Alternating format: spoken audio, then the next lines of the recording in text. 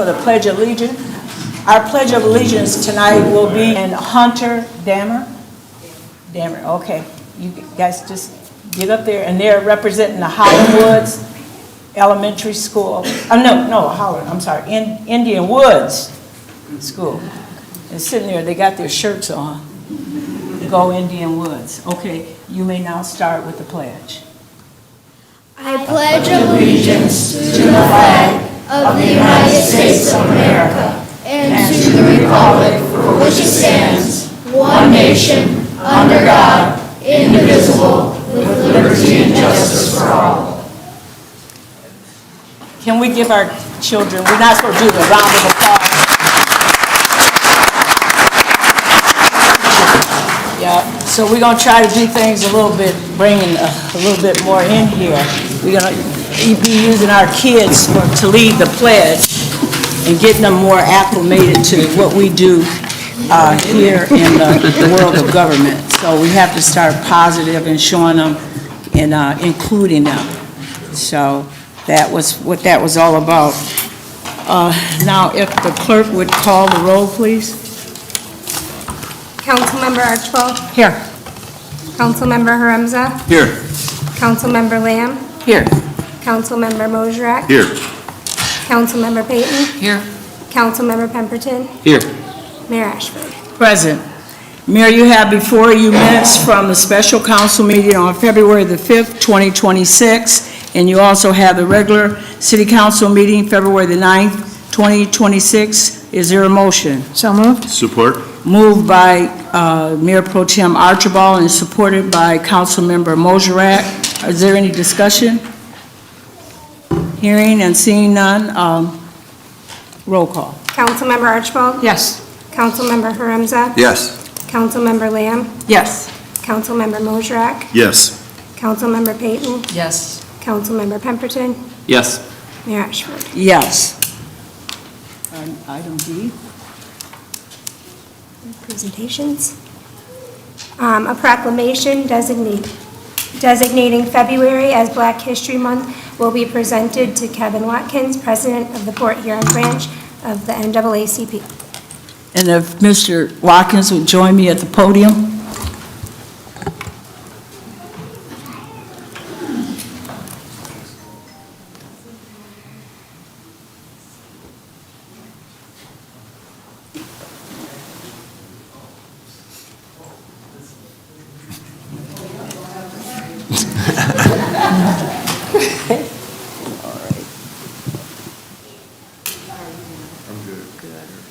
Okay, this is a proclamation on behalf of the City of Port Huron, and it reads as follows. Whereas Black History Month is celebrated each February and throughout Black History Month, we recognize the extraordinary achievements and acknowledge the many contributions Black Americans have made in our nation, our state, and our city. And whereas civil rights activists such as Martin Luther King Jr. with courage and perseverance inspired the nation to judge a person by the content of their character rather than the color of their skin. And whereas a result of their hard work, intelligence, and determination, Black Americans have made valuable and lasting contributions, achieving exceptional success in all aspects of society, including business, education, politics, science, and the arts. And whereas Black History Month is an opportunity to reflect on the struggles for freedom and equal opportunity in the United States. And whereas Black History Month is a time for all residents to remember the stories of teaching those who helped build our nation, took a stance against prejudice to build lives and dignity and opportunity, advance the cause of civil rights, and strengthen families and communities. And whereas the City of Port Huron continues to work towards becoming an inclusive community in which all citizens, past, present, and future, are respected and recognized for their contribution and potential contributions to our community, the state, the country, and the world. And whereas during Black History Month, all Americans are encouraged to to reflect on past successes and challenges of Black Americans and look to the future to continue to improve society so that we all live up to the ideals of freedom, equality, and justice. Now, therefore, I, Anita R. Ashford, by authority vested in me as mayor of the city of Port Huron, and on behalf of council members Archibald, Arenza, Lamb, Moserac, Payton, and Pemberton, do hereby proclaim February 2026 to be Black History Month in the city of Port Huron and urge citizens to take every opportunity to participate in planned activities and to join together in making this period a rededication to the principles of justice and equality for all people. In witness whereof, I do hereby set my hand and cause the corporate seal of the city of Port Huron to be affixed. And this was pre-done this 9th day of March, 2026. To God be the glory. Be the glory. You have some Mary. words? Say a few words, Mary. This is interesting. This is proof that Black History Month, the contribution of Black Americans is year-round, and it's been since we walked the shores of the Americas. We were there. It's been some great celebrations through February that many people did attend. It was a wonderful event. And the one thing I want to reach out and thank the city manager first for working with us doing this, new mayor and other city council members with the banner campaign that we had downtown Port Huron, showing and celebrating the Black Americans that not just did things for this country, but did things from here in Port Huron. And it was beautiful. You know, I walked up and down the streets many times, and it was a little sad when I saw them come down. But then I quickly smiled, knowing February 2027 will be here. We'll see those banners again. We hope that'll be the staple. After you, after Mr. Freed, after this council, and after those banners will still be there every February of each year, celebrating the works of the Black Americans here in Port Huron and St. Clair County at large. Thank you very much.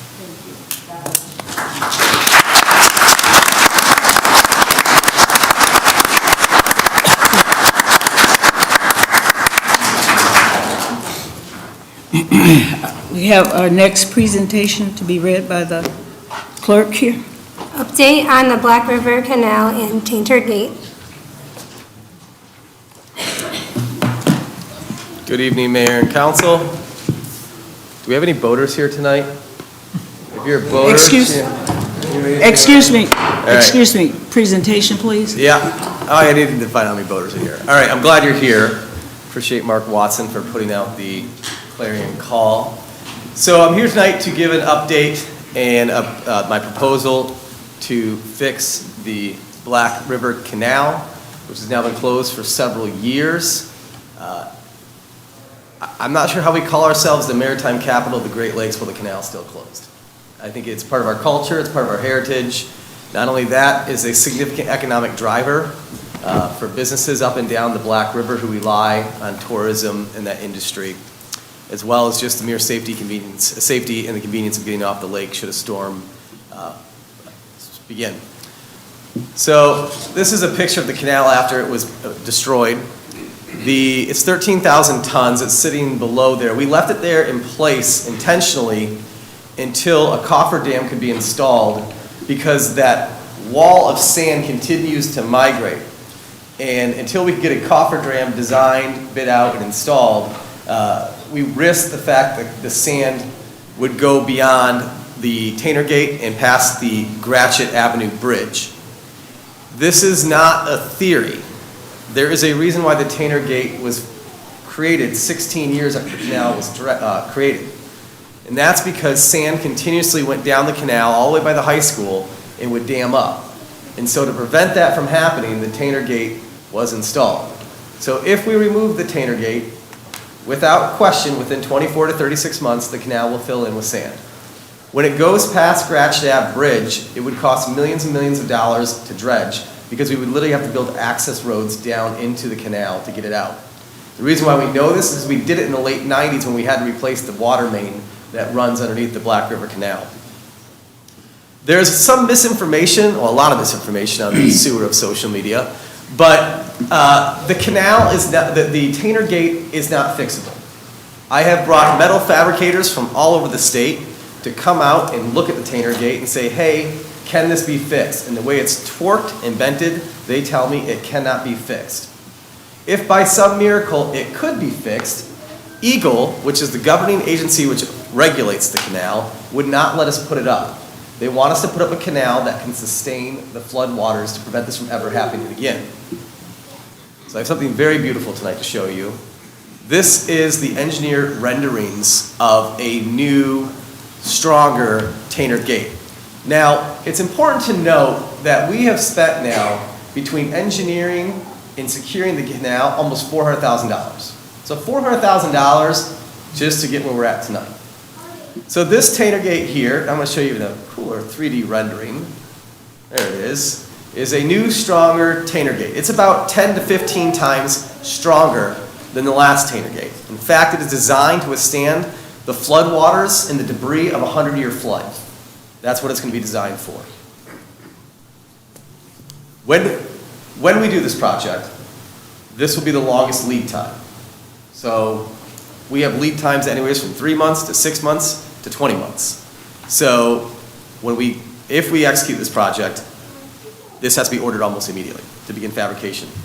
Now, I have had people go on the internet and find similar Tainter Gates from across the country and say, hey James, you're a big dumb idiot, I found on Amazon a gate that we can just install. The problem is your internet find gates are not designed to the specification that Eagle is requiring us to build it to. So Tainter Gates, which are actually flood control valves, they're used all over the country. So there are relatively standardized gates you can buy off the internet and buy from suppliers. This is not one of those applications, so it has to be fabricated. I appreciate everyone sending me links to gates, but Eagle wants this one. Now, the significant cost and the real danger is the erosion of the banks, right? So the floodwaters have created such a significant erosion on both the north and the south side that the engineers believe that just the mere regular flow of the canal could cause the banks to collapse. Now remember, we don't own that much property on each side of the canal, and the two adjoining property owners don't seem too keen on giving us construction easements to drive trucks every year throughout their property to dredge. And so we have to make sure we protect those banks. Again, another photo of the erosion. In fact, we're concerned about losing these trees this spring. Many trees have already fallen in the water. This is the design. You'll see they'll do seawall to a certain height, and then when the slope ratio is right, they'll do riprap. Because we do not have enough property to do the tiebacks on the seawall, they're actually going to build like a steel frame under the bed of the canal. So that's actually on the bottom of the canal, a steel frame that will actually prevent the seawalls from falling inward. So there's no tiebacks. If we don't tie them back to enough property, then we have to somehow structure them in a way in which they won't. You're getting the layman's engineering terms here as well, by the way. Now this is an aerial photo from last year.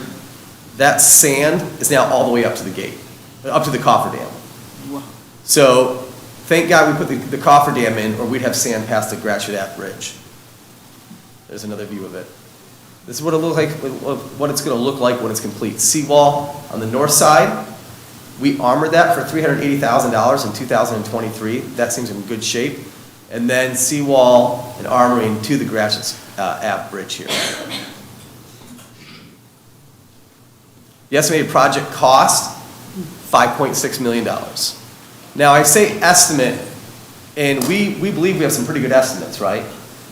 But when we bid things out, sometimes they come in $1 million cheaper than we expected, and we pop champagne. And then sometimes, more times than not, they come in $1 million over what our estimates are, and we got to figure out how we're going to pay for it. We have tried really, really hard to come up with really good estimates. We're feeling confident that we're within the margin of error here at $5.6 million. Now, the city of Port Huron does not have the ability to pay this on our own. I'm going to talk about that. This is a map of all the parcels along the Black River. A significant amount of parcels live in Port Huron Township and Fort Gratiot Township. A lot of their parks, a lot of their properties, all are in the townships. The city, of course, we have the vast majority going all the way through our downtown along the Black River. I would say 70% of the phone calls I get about the Black River Canal are not from city residents. They're from folks who live in the township, and that's going to become very important in the future. This project is shovel-ready. The bidding is underway, meaning at the end of the month, we're going to have bid openings to find out what the true cost of this project is. So then we'll know exactly what this project is going to cost. I'm really hoping it's around $5.6 million. In my world, I would see a May start. There's a lot to that if we can get it started. I want to talk about that. So how are we going to propose funding this? There has to be a cost-sharing agreement between the city and Port Huron and Fort Gratiot townships. We simply cannot do it alone. Again, $5.6 million cost. The city share of that project would be between $3 and $3.6 million. That represents about 60% of the cost to fix it. What I am proposing is that the city, because this is a 100-year fix, if done right, we will not have a problem there for at least another 100 years, a generational fix. I am proposing that we take out $3 million in bonds on a 25-year note. The market is getting better right now. We can probably get those bonds somewhere between 4.75 and 5.25. And then to pay the annual bond payment, I am proposing a hybrid of a special assessment district to properties along the Black River in the city of Port Huron. In the city of Port Huron.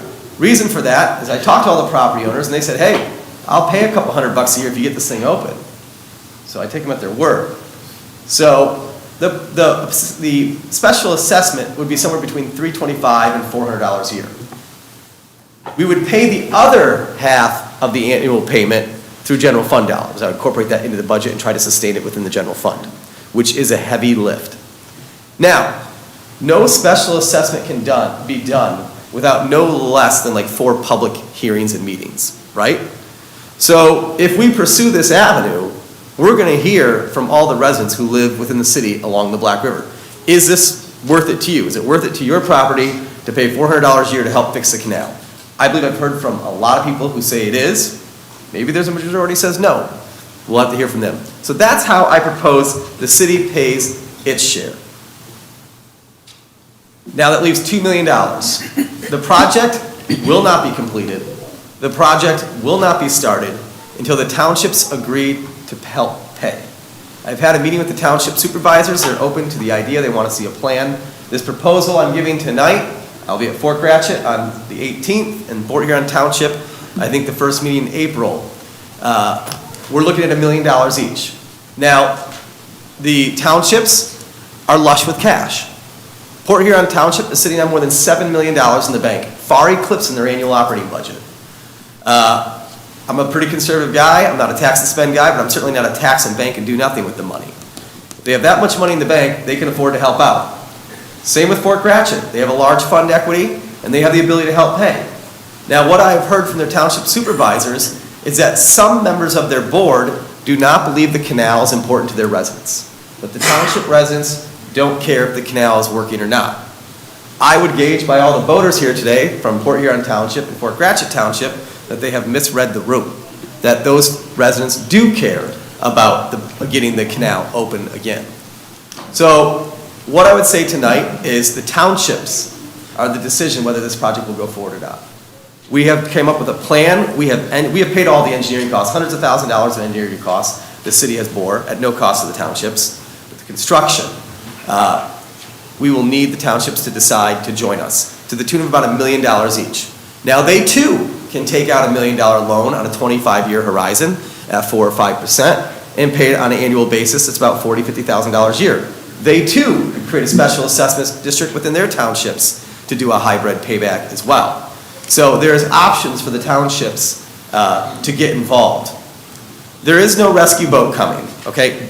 Lansing and DC are not coming to save us. I talked to one of the highest paid lobbyists in Lansing. He sent me a proposal. It was like $30,000 to be my lobbying firm. And I said, can you guarantee me that you'll get me $5 million? He's like, not a chance. The most I could ever promise you is $1 million. Maybe, and that's way out there, $1 million.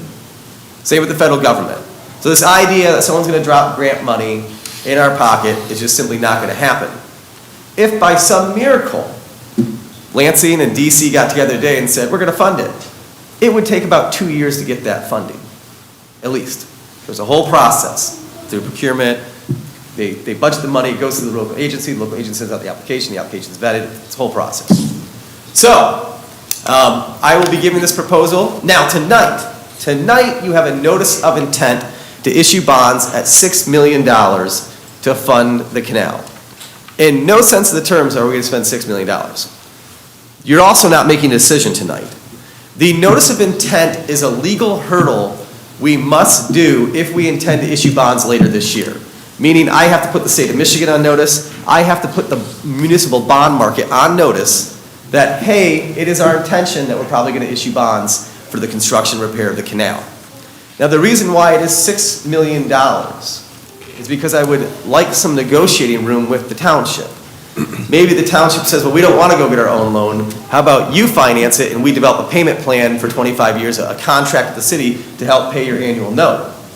I'm open to that as well. So if we do the notice of intent for only $3.5 million tonight, it limits our ability to have a more comprehensive conversation with our township partners. So by putting the notice of intent at an elevated number at $6 million, it allows us to have that option when discussing with the townships. That may be easier for them. But my message tonight is very clear. The city of Port Huron has a plan and is ready to repair the canal this year. This season we can begin. We cannot go alone. We will not go alone. The decision of whether or not this canal gets fixed now lies in the hands of the township board, Fort Gratiot and Port Huron Township. If they come to the table and help us fund this, we can get this done. If they wipe their hands of it and say we're not going to help, well then the canal will never get fixed.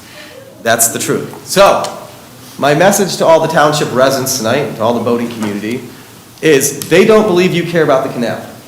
And so until you go into that township hall and go into their meeting and say, I live on Strawberry Lane, I live in Fort Gratiot Township, the canal is important to me and my family, they're not going to vote for it. And so I need the residents' help to push this across the finish line, because I don't think the township board is going to listen to James Freed alone. I just don't believe it.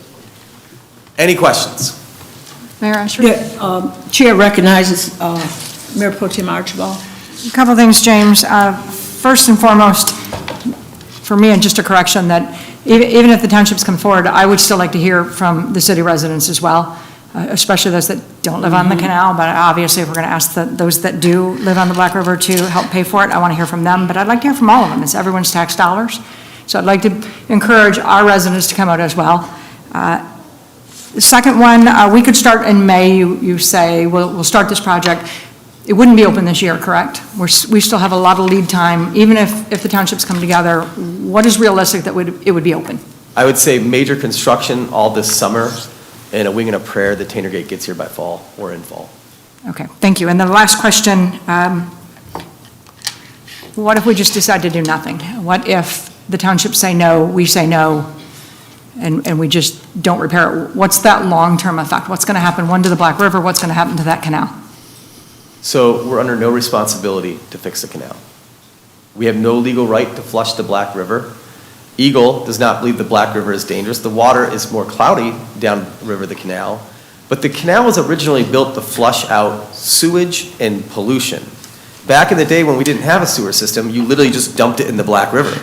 They built the Black River because the Black River smelled so bad, it stunk up the whole town. And so we built the canal for that purpose. Over time, it has become a boater's paradise. But even the U.S. Coast Guard does not acknowledge it as a navigable waterway. That's why we don't qualify for Army Corps funding for navigation purposes, because it's not a navigable boaterway, even though we all take our boats down it. And so the Black River is the same quality as the Pine River in St. Clair or any other inland river in the state of Michigan. It was very unusual to have our Black River flushed by a canal, but it is not required. There is no danger to the Black River right now. We also believe that if we open the canal, it will not substantially raise water levels. Maybe a couple inches, but it's not going to raise the Black River several feet, because the rivers across the state of Michigan just coincidentally have to be at historic lows the same time the canal breaks. But we have historic water lows across the state in our inland waterways and in the Great Lakes right now. And so that's affecting the height of the Black River, because you could St. Peter across it right now. But I agree with you. We have 30,000 residents. Maybe a few hundred own boats. Now, that's a lot of people. But for the vast majority of taxpayers, cutting public safety, cutting recreational programming, cutting city services to fund the Tanner Gate repair is not a priority. It is not a priority for the vast majority of Port Huron residents. And so that's why we have to come up with a special assessment district and a hybrid solution to make this repair possible, and it's why the townships have to come on board. Could you touch on our conversation from earlier? If we were to just remove the Tanner Gate and leave it, what would happen? So that's what a lot of people do. A lot of people are saying, rip it out, just let the water flow, Jesus take the wheel. Our engineers would bet their career that within 2 to 3 years, the canal would be completely filled up, no boat could get through, and then we're requiring millions and millions and millions of dollars just to dredge past Gratiot Ave, let alone having to fix the gate at $5 million. So it will self-destruct. And I will tell you my frustrations of so many people calling me and the misinformation of, the gate could be fixed, you just don't want to fix it. I got a buddy with a welder, a case of beer will have it done.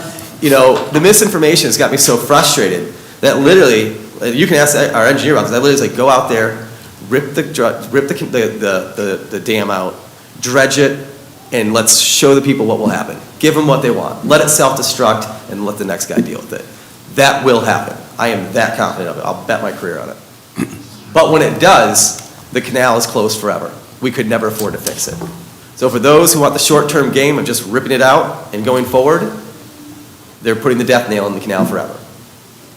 Thank you. The chair recognizes, Madam Mayor. Yeah, Councilman. I guess I have a statement and a question. I guess the first statement, I think it's kind of ironic that Eagle says we have to use a certain one, but they won't pay the difference. So kind of to what you're saying about, the state's not coming to our rescue. If we were able to find a cheaper version, but they won't let us do it, the simple math would be you can't demand it and then make us do it. But that's probably not an unfunded mandate. What's that? That's called an unfunded mandate. Exactly.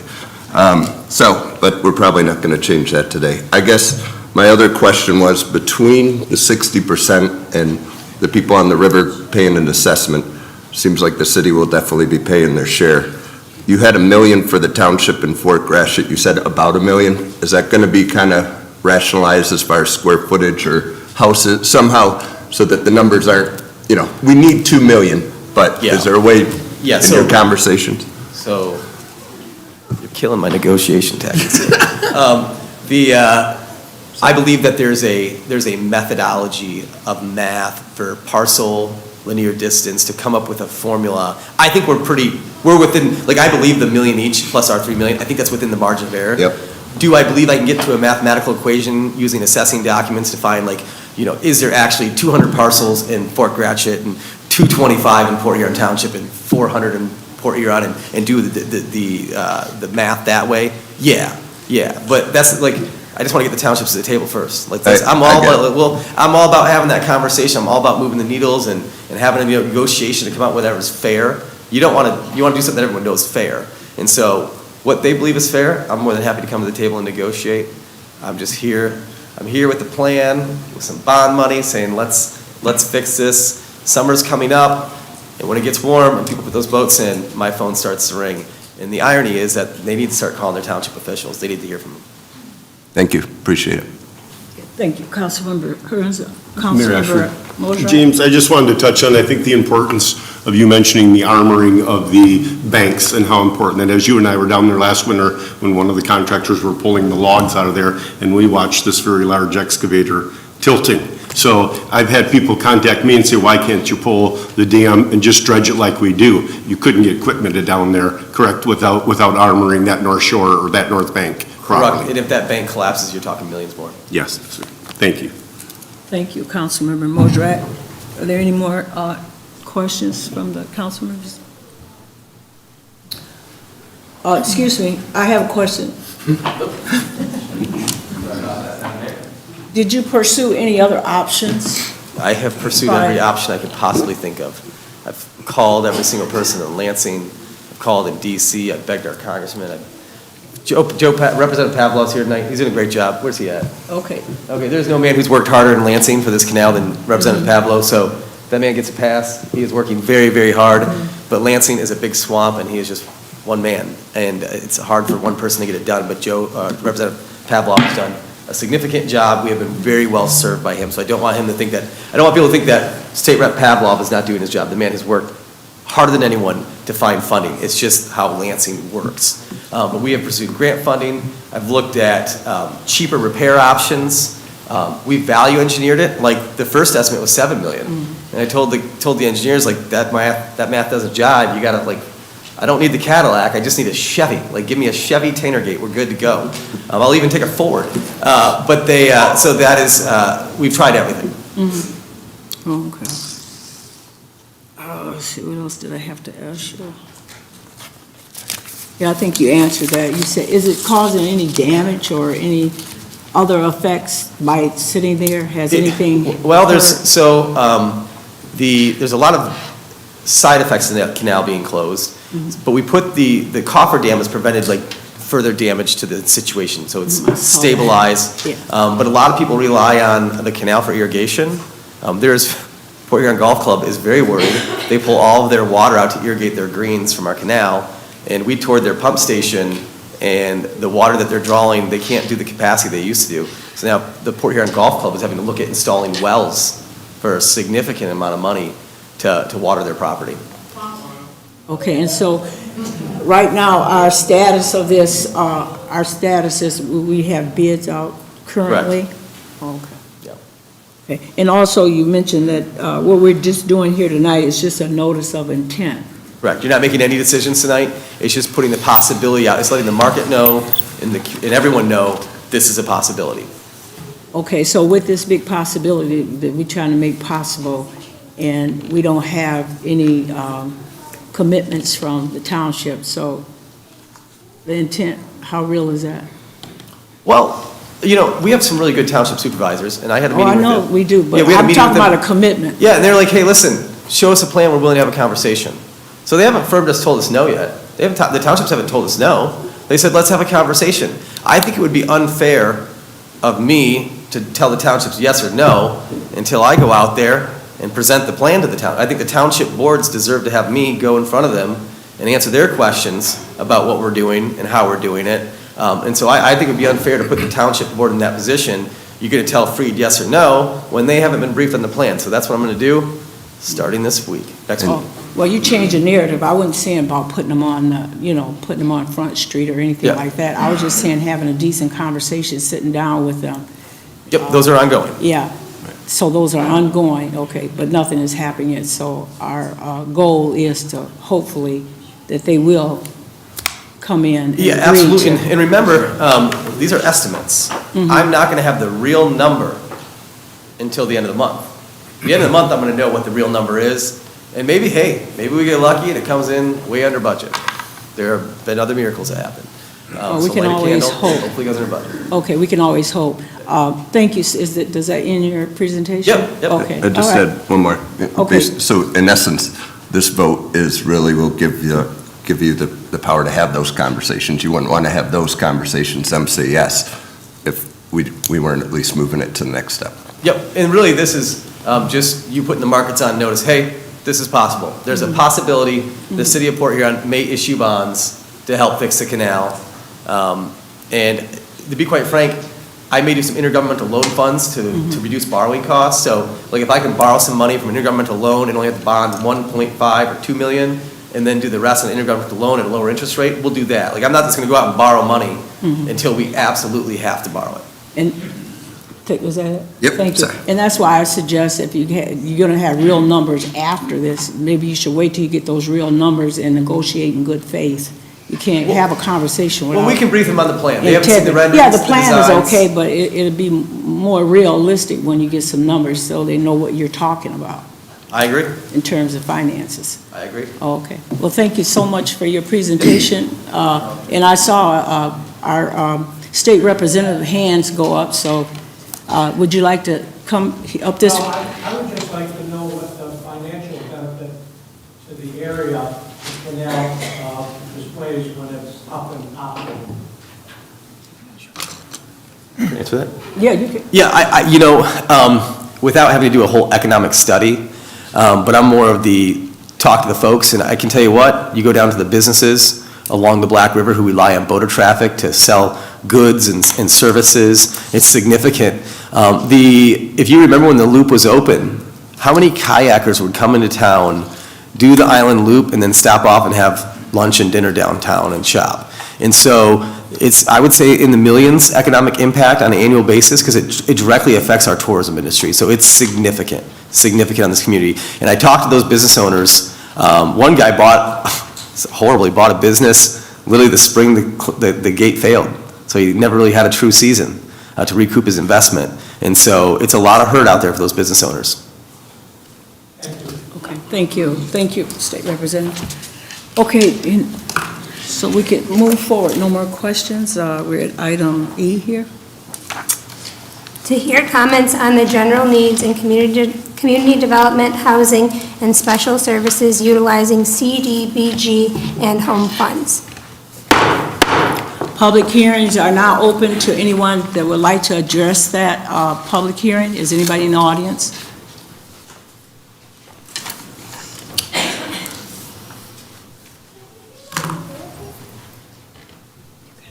Brian Farquhar, 19th Avenue. So I volunteered at the Allied Center Emergency Shelter.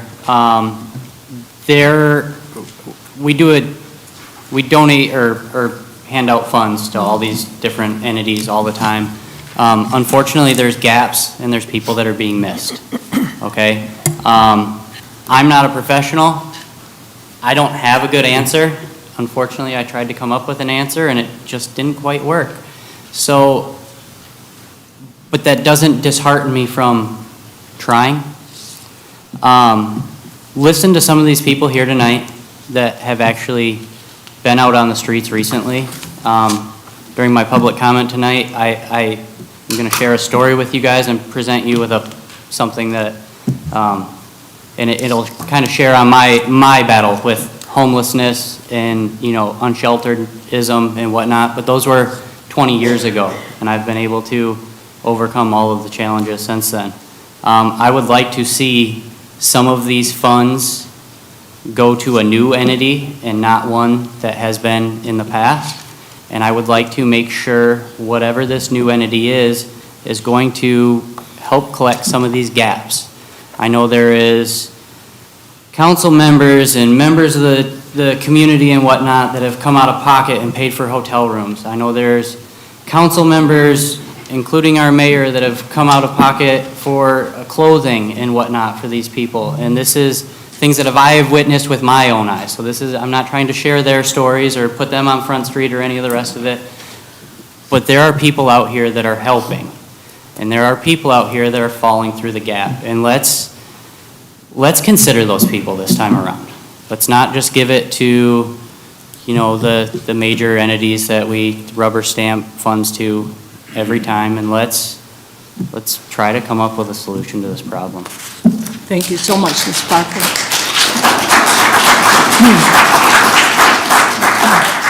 Is there anyone else wishing to address?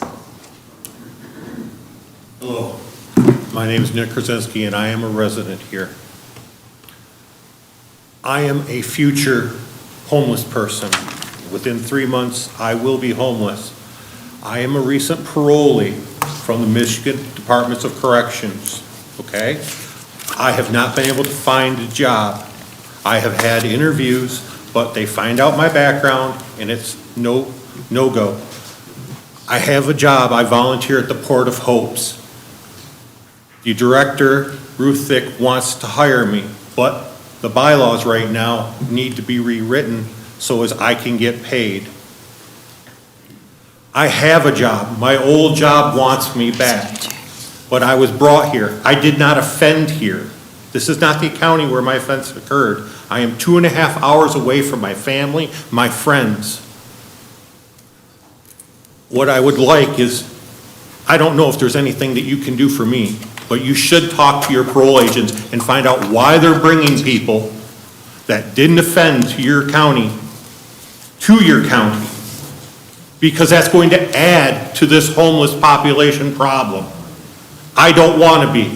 I want to go to work. I have a job, but it's in Lapeer. I can't be there, but I can be in Genesee. I'm getting my taxes done, so I have enough money to buy an e-bike or a car, and so I can go to work, and I can have placement there. I have been out, and he knows it, and talking with Katie Murphy, who is a coordinator. I don't remember the front name of it, but she's a coordinator and helps people like me. But I haven't, they know that I've been out looking for a job, whether I've been in Michigan Works or I've been pounding the pavement, and I get no's. I have a yes in Lapeer, at Lapeer Plating and Plastics. They know of my case, they know of everything, and they're willing to work with me. All I want you to do is think about that you've got parole agents bringing people here to be your problem, because I'm going to be a burden on these people. Everybody here that's a taxpayer, because in 90 days or so, I will be homeless. That's all I have to say. Thank you so much.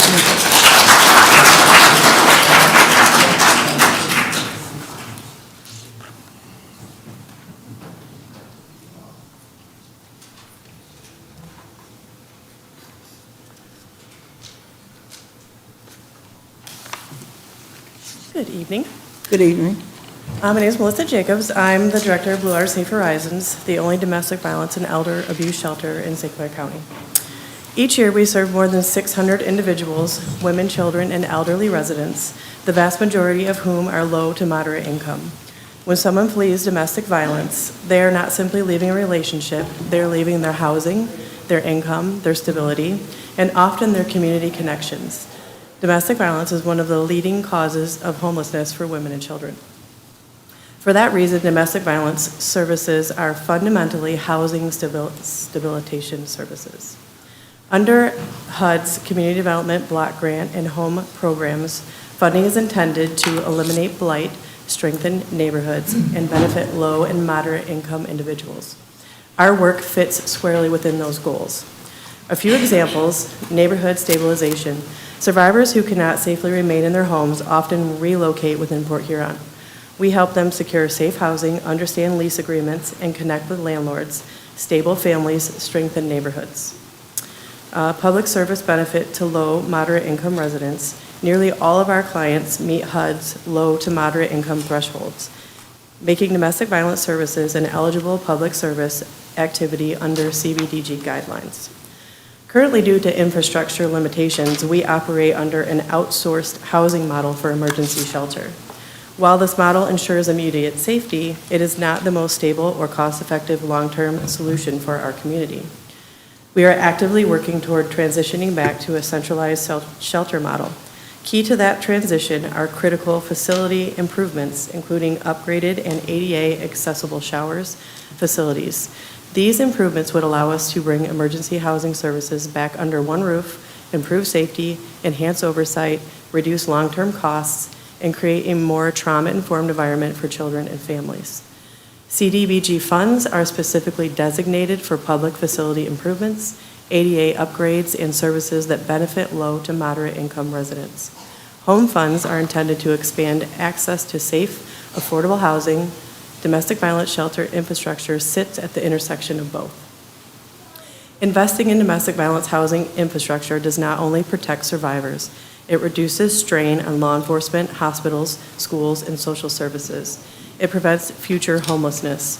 It protects children from repeated trauma, and it strengthens the safety and stability of our city. As you develop the 2026 Annual Action Plan, I respectfully ask that domestic violence shelter services, accessibility improvements, and emergency housing infrastructure be clearly identified as priority needs so they remain eligible for funding consideration. Safe housing is community development. Survivor stability is a neighborhood stability. Thank you for your time and your commitment to our residents. Thank you.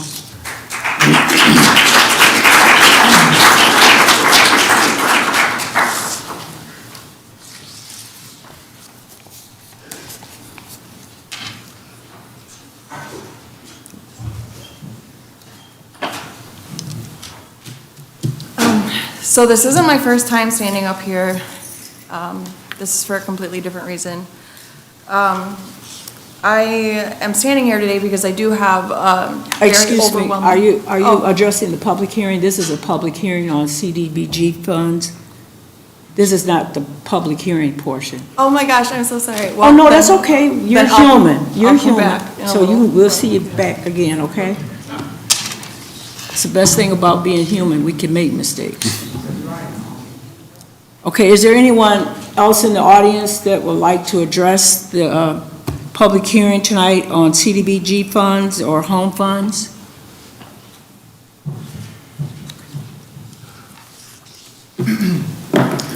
So today, I've asked multiple different agencies, the public, homeless people that are on the streets or in their cars, to join us today to kind of talk about this subject.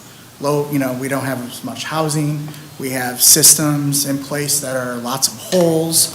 We have some of you who want to listen, don't want to listen. I have no idea. All I know is there's people, this last winter was probably the most nastiest winter that I can remember living here in the last 15 years. And we've had people who had to be rushed to the hospital. We've had people who have frostbite. We've had people who were willing to go to jail because they didn't want to be outside. I witnessed it. I was up 2, 3, 4, 5, 6 in the morning, getting phone calls all day and night. I'm sure none of you guys were. Well, maybe one or two. But it just disgustes me that we don't have more options here, and the situation's getting worse. Hence why I did have one of the gentlemen from Department of Corrections come, because that's also happening. When I do my overflow warming shelter that I do every year, or have done for the last 4.5 years, normally there's 15 people. This year, like I've said at the last other meetings, we had 65 people with women and children. That's a crazy amount that I mean, we tripled, and I don't know what that issue is. I don't know if it is because people are just dropping people off in our county, whatever the case is, or people are just becoming more and more homeless because of situations they can't afford stuff. I hope that today you guys listen to everyone, and during my 4 minutes, I'll address some other issues that I have directly with a couple of you. But I just really hope that you guys listen. I'm not speaking for them. I wanted them to come here. Not everyone could, but I just think that you guys need to know there is an issue, and even there's lots of holes that some of you guys will listen to, some of you won't. So I appreciate your guys' time. Appreciate you. Thank you so much. Is there anyone, I'm just going to insert, because I know there's a lot of first-timers in here. After each speaker, it's not necessary, to clap every time. I know you can if you want to, but, it's a business meeting, and I know sometimes there's a place for it, but it's not that you're up, you're clapping that. So if you could just please kind of contain yourselves and let us hear our public out here. Madam Mayor, Thank you. Scott Farquhar, City of Port Huron. If what I started saying doesn't pertain to this, stop me, but I believe it does, and listening to these folks trying to read into it. We obviously know the funding needs to go to the homeless people. It is a problem in the city of Port Huron. I, for one, I am one of a city resident that calls numerous times on homeless people living around my home. If I'm going to be tax assessed for a canal, if they're living on the water, they should be tax assessed too. What really is very concerning, and I have had this discussion with Mr. Freed in the past, just over at a hockey game or something like that, is not only is the state of, and it's something that we need to look at, and this is the question, that stop me if it shouldn't be, because it's not, I don't know if it's part of it. Someone needs to look into, why is the Department of Corrections dropping people off in St. Clair County? I'm stopping you. Okay. Okay. You know where I'm going. All right. Yeah, thank you so much. That's no problem. Is there anyone else here wishing to address the Port Huron City Council on the public hearing? Sir, this is a public hearing. Oh, okay, thank you. Okay, is that it? Okay. Seeing and hearing no more wanting to address the public hearing on our CDBG or home public hearing is now closed. We will move forward to item F.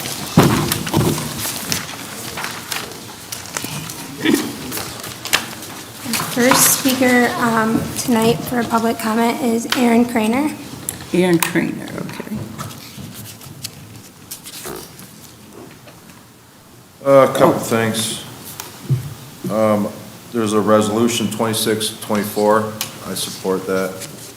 We need to keep it local. I talked to Representative Pavlov about it. He says that's not going to happen, but we need to keep local control on zoning and stuff like that. I believe in that. In regards to help around the city, just in case people didn't know, on the website, it's under the Team Port Huron heading. There's a bunch of different groups and shelters and places to help. So obviously, it probably doesn't cover everything, but if, in case people didn't know, that there's something on the city website where you can go, shelters and different things like that. Now, I did, this is regarding the Tanner Gate, and I seen James's interview on the Blue Coast, Thumb Coast TV with Kevin Miller. Pretty good interview. Kind of went into other things besides the Tanner Gate, you know, the rise of the high cost of housing, some of the reasonings behind that, which is pretty true. Skilled labor cost, the cost of everything going up. I mean, it's way more expensive to build even a small house now than it was. Just materials, labor cost, all kinds of things like that. So that was a pretty in-depth thing. Now, in regards to the Tanner Gate, I'm still, the very first meeting I had here was in regards to the Tanner Gate and the Pocket Park. That's what got me here. I'm still against it. For one, I'm not a voter. I understand it. You put forth a good presentation. I just had a few questions, and I know you can't answer them right here. But would our $3.6 million be totally, the bonds be funded by the assessments or the city as a whole? We don't. So I have a question on that. I get you, I'm not going to get an answer. Okay. These are some of the questions that are going to have to be asked. Okay. Now, every year when this gate was open, every year you had to dredge in front of the gate. Every year there's a cost. So it's not just the cost of the gate going in. There's a cost to constantly dredge that out.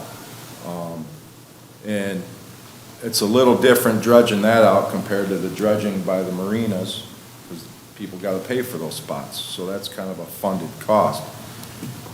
Is the canal funded for that dredging? Is that's an extra cost? So that was mainly a question I had on that, because it's not going to be the cost of just the gate. So I understand the economics of it. However, there's 28,000 people that live in the city. And according to James in the interview, maybe 400 to 500 people use it.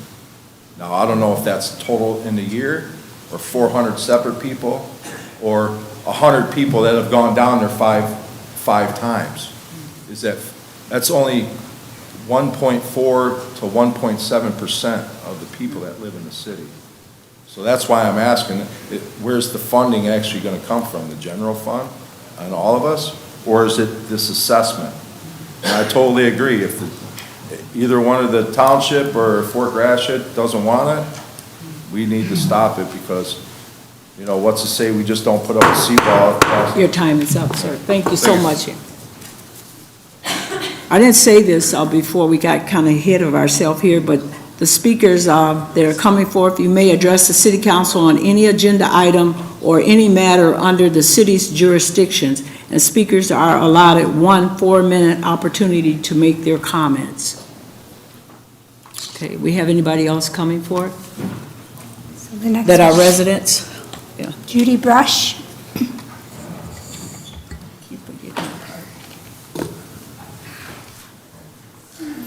Madam Mayor, City Council members, and James Reed. On February 25th, I went on a tour of the wastewater treatment plant by invitation from James Freed and our City Council. Diana was our tour guide, and a very good one at that. She offered a lot of information and gave me written information to take home, along with all the pictures that I could take, so I could review everything, because that was a lot of information. We toured multiple buildings, watched the process from the solids to the sludge to the water, and at the end, we visited the lab where they tested. The tour took about an hour and a half. Safety glasses and hard hats are required and offered prior to leaving the entry room. Thank you, James and City Council, for allowing me to tour that plant. I never gave it a thought, the process it takes to get our sewage done. Thank you very much. Thank you for your comments. Next is Nikki T. Hi, I'm Nicole Tucker. I don't have an address. I'm part of the in-house population for Huron, along with my 8-year-old and my 4-year-olds. You're worried about finding funding, all that. You said you don't know anybody that's worked harder to find funding. Do you know how hard a disabled mom with an 8-year-old and a 4-year-old worked to find funding for housing, help? I don't need clothes. I don't need food. Where am I going? Where am I going to wash it? Where am I going to cook it? Where am I going to store it? My daughters deserve stability. You are so worried about the wrong things here. Millions of dollars. Do you know how disgusting that is when you know the next part of the agenda is working on housing for the homeless, and you're over here, in my world, $1 million and da-da-da-da-da. In my world, $10, $100. I was looking, everybody's showing you Amazon links. I'm trying to use somebody else's Amazon account to find a tent. A tent. Now that the weather's warming up. That doesn't, there are so many other families like me because there's waiting lists for the shelter. I have MS and autoimmune hepatitis. I am fighting for disability. I've had a lawyer the whole time. They are working their butts off, but it's very hard, especially being younger when I was diagnosed. I don't have an ability to just go out and get a job. I tried that last year, and I ended up, I'm supposed to have a walker, but really being homeless and carrying stuff around with small children, it's just not, feasible. But I have to now use a cane where I go. I can't just go get a job. I need help and I can't go out of county. I tried to go out of county. They only offer warming centers because my address, my non-existent address is in St. Clair County. That's where I have to get funding. Where's the funding? You're worried about a canal so people can golf? The water? They can water their freaking golf? You're worried about all these rich white people? I don't even know anybody that owns a boat. I'm not that rich. I'm not that white. I'm not that tax bracket. I don't give a crap about these boaters. My daughter, they deserve stability. I give a crap about that. Other children that I know are homeless. You already said it really don't even matter. But you're working so hard for funding for that. Where's the funding for the people like us that don't know where I'm going to wake up? I use resources of RISA. I have found some resources. They pick up my daughter in a cab so she's autistic. This is what Community Action Agency suggested for me Thursday. To sign over rights to the guardianship of my daughter to the children's shelter because they have resources. Not my 8-year-old, my 4-year-old, because my 4-year-old wasn't old enough. This was what HARA Peggy, I think her name is, that Hara told me. They have room at the children's shelter, but only your daughter can go there, and I wouldn't even be able to go there. I can't go there and visit her. I can't do, she would have to be guardianship. This is where we are at with funding and resources. You guys want me to give up my children? She said, well, wouldn't you want to do anything to, you know, because you're a mom, you want to do the best decisions for your child? How is sending an autistic who has autonomy issues, because she was failed by the police, how is sending her away to some shelter? Ms. Nikki, thank you. And your comments were taken to heart. Your comments were taken to heart. They're valuable. Thank you, and I appreciate it. You're welcome. Next. Heather Fagan.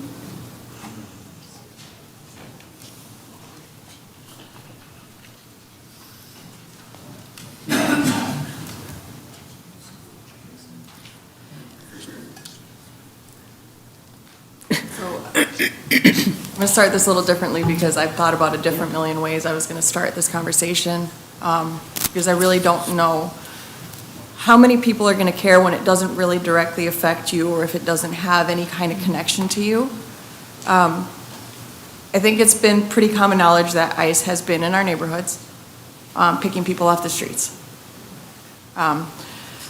This is a very sensitive subject, not just for me, but for, I think, the entire Hispanic community, whether you're documented or not.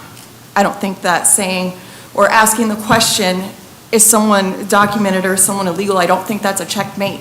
It's not an issue that's so black and white. There are so many gray areas. I held my friend's fiance while she cried because her husband got taken off the streets. He'd been here since he was 14. He was brought here on asylum, and Take your time. guess he never really knew what to do after that. He's a good man, took care of his family, and this is just one instance. And to watch it happening in real life, the things that you see on the news, that you see on social media, these are not made-up stories. It's not just going after bad people. It's going after anybody that looks like they don't belong here in the eyes of certain people. And I guess my whole thing is how, either one, do we not know that they're in our community? Do we not know that ICE is in our community? Or are they working with our police department? Are our taxpayer dollars going to help fund ICE? Because I didn't co-sign to any of that. There's so many questions. There's so many questions, and it really boils down to the basic humanity of it. These are people who've been living in this community. A lot of these people have been here for a long time, never bothered anybody. Nobody even knew they were here until it became a problem to be Hispanic.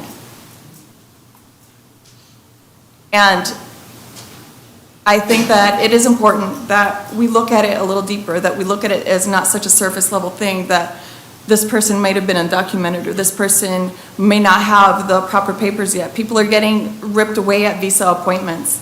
They're getting taken away from asylum hearings. So do we support that? The dehumanization of people? Because I want to feel like our community is better than that. And that's all I really have to say about it. These are our friends, our families, our brothers, our sisters. These are people that we've worked alongside, lived alongside for how many years. And the only crime that they have, to be here undocumented is a misdemeanor. Everybody in this room has committed a misdemeanor. Jaywalking's a misdemeanor. So I just want to thank you for your time, and that I hope that there is more visibility brought to this subject. Thank you. Thank you very much. Scott Farquhar.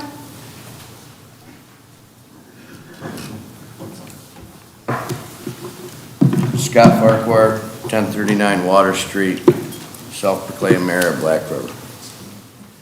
First of all, I'd like to thank James and the city council or the city for their timeliness on breaking up. The ice of the Black River couldn't have been timed any more perfectly. The river is cleaned out, no major problems. I know they were there on Friday and also made another run on Saturday to open up in front of the train bridge. Hats off to that. Secondly, I'd like to give you kind of an update or a date that's coming up in May. Blackford Boat Club, Can Marine, Jose Cuervo, and a few other, and hopefully the city of Port Huron will participate. Port Huron Township will. May 16th will be our annual Black River cleanup.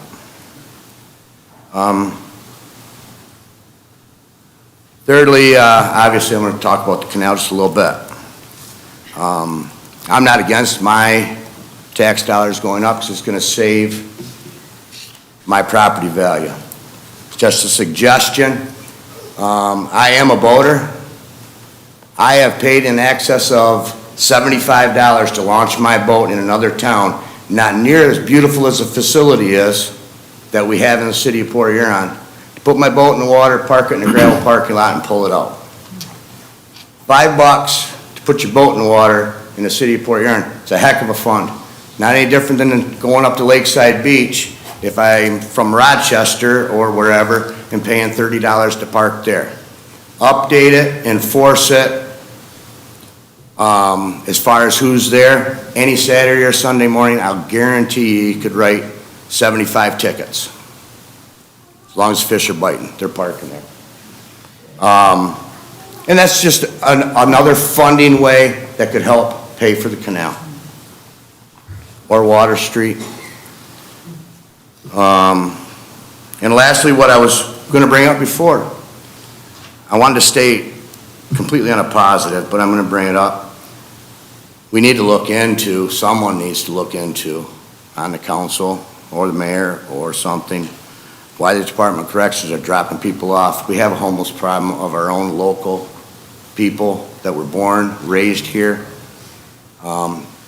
Unforeseen, whatever the circumstances is, we don't need Department of Corrections dropping people off and Sacred Heart dropping people off at Port Huron.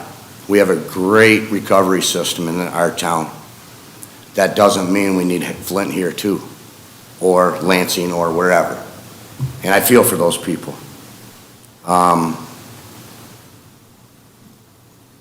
Lastly, I guess I was almost, a finger right in my face. What have I done for the canal? Well, I'm working, I'm talking here, I'll be talking at the other council meetings. I guess I'm asking the state rep, what have you done other than talk? We've both done the same thing. Give us some money. Thank you. Thank you. Nick Crastus. Say that again. Nick Crastus. Is there a Nick here? Nick Kraskinski? Was that gentleman? Oh, that was him, okay. Thank you. He had to go. Oh, okay. Anybody else? Rick Cooper.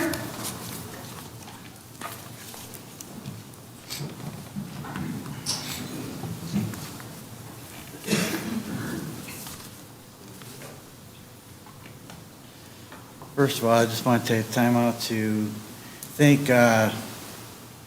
Councilwoman Barb Payton for having a warming center open like you did, inviting everybody in there to get warm, food, everything, shelter, sleep, and Mayor Ashford for stopping by there, talking with us and everything. My other statement is this: you guys want to make a big deal, big plea over a canal. You guys want to make a big plea over other things, but you have homelessness like there's no tomorrow. As of July 4th of last year, I was homeless until just recently because of the Lord and because of Jay's help. I see people every day walking the streets with their life with them, carrying a wagon, carrying a backpack, with the same clothes on, haven't been able to shirt, haven't been able to shower, not knowing where they're gonna lay their head at next, not knowing where they're gonna have their next meal. Everybody just wants to walk past and just walk and stare, not do anything. But everybody wants to come up with solutions for a canal, everybody wants to come up with solutions for a bridge. What's that gonna do for a homeless person? What's that gonna do for anybody else? And I just thank you for your time. Thank you. Next is Gilbert Davis.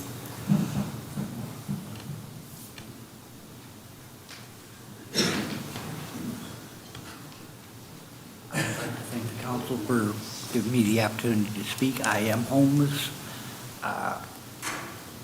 Jay helped me quite a bit, but this putting money into the canal and stuff, it's basically putting lipstick on a pig.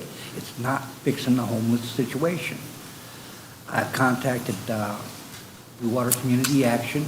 It took them 4 days to call me back to tell me Huron has no funding left. This lady here, she's talking possibly getting a tent. Well, there's no place to put a tent because the police will run you off. How is that helping? I don't understand this situation, and Jay asked me to come here tonight just to make another voice heard, and that's what I'm trying to do. Thank you. Thank you. Next, Robert Lario.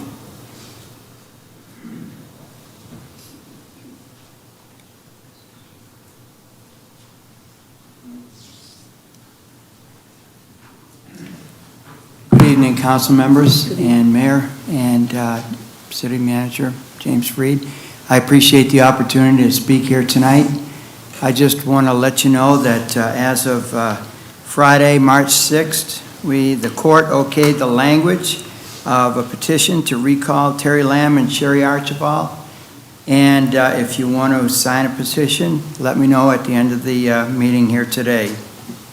I also want to make a comment about the three-quarter house that is going to be built on Court Street. At least that's what I've been told, somewhere between 12th and 11th Street. My neighbor has a daycare center, which is within 1,700 square feet of this three-quarter house that you're planning to open up. And I just want you to know that she's very concerned about that. Now, I'm not sure if she maybe contacted you, but I just heard about this just a couple days ago. So I just want to thank you all for all that you do for us. Appreciate it. Thank you. Next. Calvin, I can't read his last name. Calvin. Where's he at? He's coming right now. Oh, Kelvin.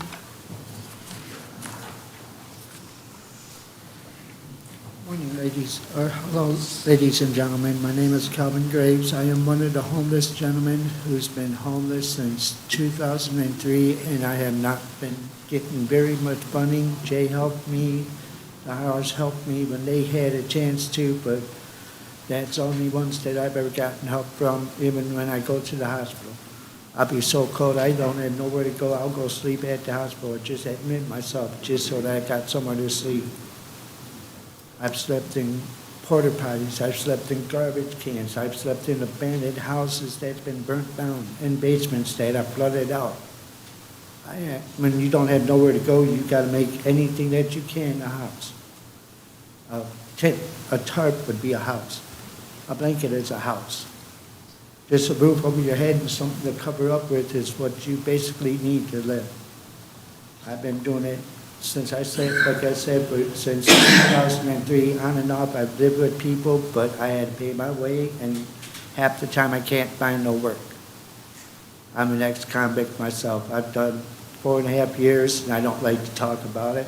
That's my past. My future is I've been trying to do better, and I have been doing a lot better than I ever have on my own. but I do need some kind of assistance because there's a lot of homeless individuals out here that need help. A lot of us, a lot that you don't see, that people don't really look and see. If they see us, like people have been saying, they just walk away from us. They stick their nose up just like, oh, what are you talking about? They don't even look at us, but thank you. Thank you. Next is Hannah Wiegand.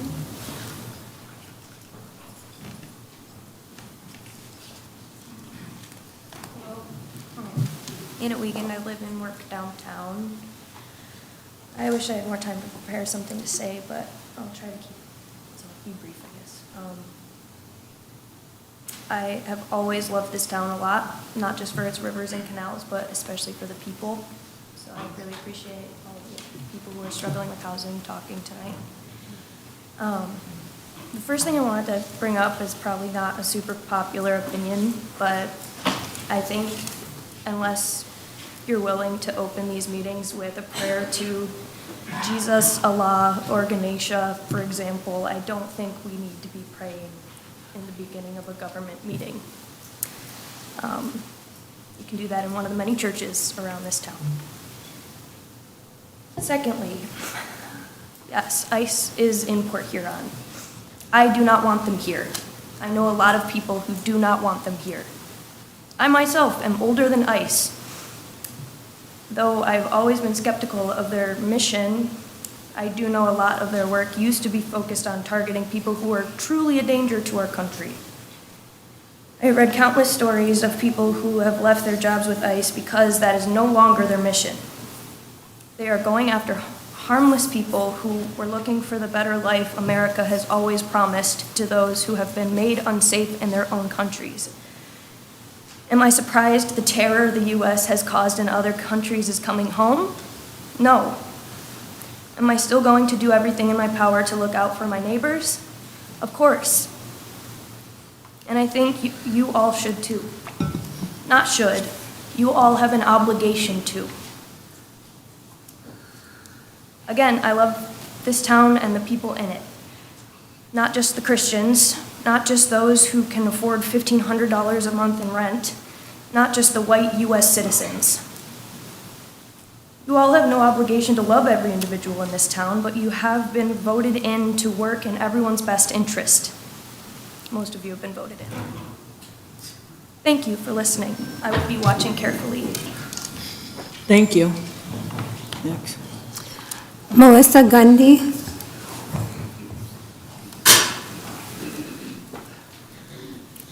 Melissa Gundy, 1726 Military. Excuse me, I'm over getting sick and they would not allow Jay to speak for me. Okay, currently I'm not homeless. However, I do have to work 2 jobs to afford my rent. There is not affordable housing in the area. I did, however, spend 3 years homeless. As a single woman, it was very, very scary. We have 2 women's shelters, one that I would call constantly, they had no bed, and another one that was a domestic shelter, which by the grace of God I got into. Afterwards, come to find out I wasn't even supposed to be there. So, this wasn't, I did have a drug problem, but when I began being homeless, it wasn't due to drugs. I started doing drugs because what did I have to live for at that point? I just ask that you please consider us. And, you know, you guys get to go home, you guys get to eat, have warm bed, not everybody does. And I thank you for your time. And thank you very much for your comments. Next. Michael Kirchner.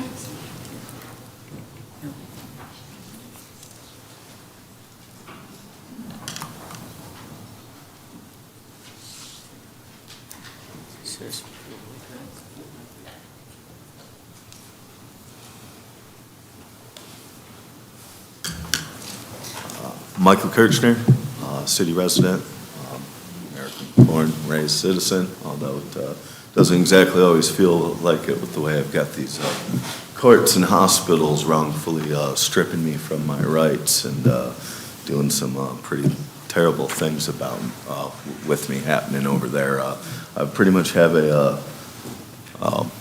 a medical and a criminal record being built over here that's built off violations of the due process of law and patient rights violations, and could really use someone to look at this. However, I'm having I found I'm too legally incapacitated, wrongfully legally incapacitated to really reach out, we'll say use the internet. I mean, I know this council's been familiar with me before I've been in here speaking about the issues I've had since law enforcement has come into my home, robbed me, beat me, and forced me to watch them abuse my woman and child.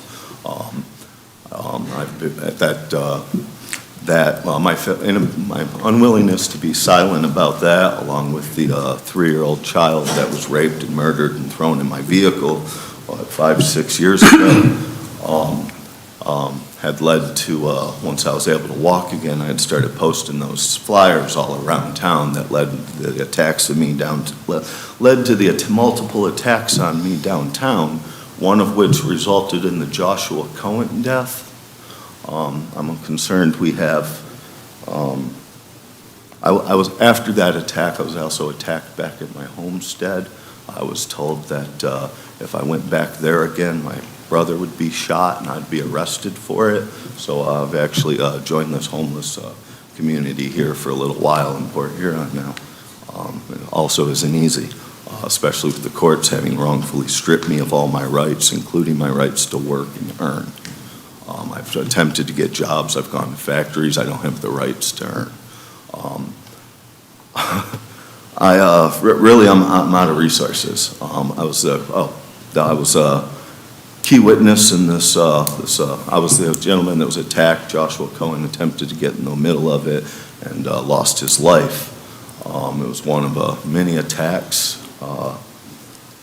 I'm concerned I have not only, like I said, Internal Affairs has called me a faggot, told me to go kill myself, and then hung up the phone. State police seem to think it's appropriate. On January 25th, they seem to have taken and hidden me on the internet under claims of child sexual exploitation for posting text that stated that I was being sent videos of a head-shaven dude in Sheriff Brown's raping my unconscious 5-year-old child, along with messages that said anybody who has a problem with effing kids is a pedophile. Reports, McLaren Hospital over here has lied to cover up for this organized crime, as well as these murders, rapes, pedophilia, same with this courthouse. McLaren here, I went there for medical attention. They recorded that having my reports of my genitals being repeatedly tased by law enforcement. They then reported was a sexual fixation where I wouldn't quit talking about my genitals and gesturing towards them. I don't think that's proper behavior for medical staff at an emergency medical service. Or where that should become my, so something that looks big. Yeah, how this became my reports of abuse became my fixation. Your time is up, sir. Thank you for your comments. Next is Carla Chauvin. Carl.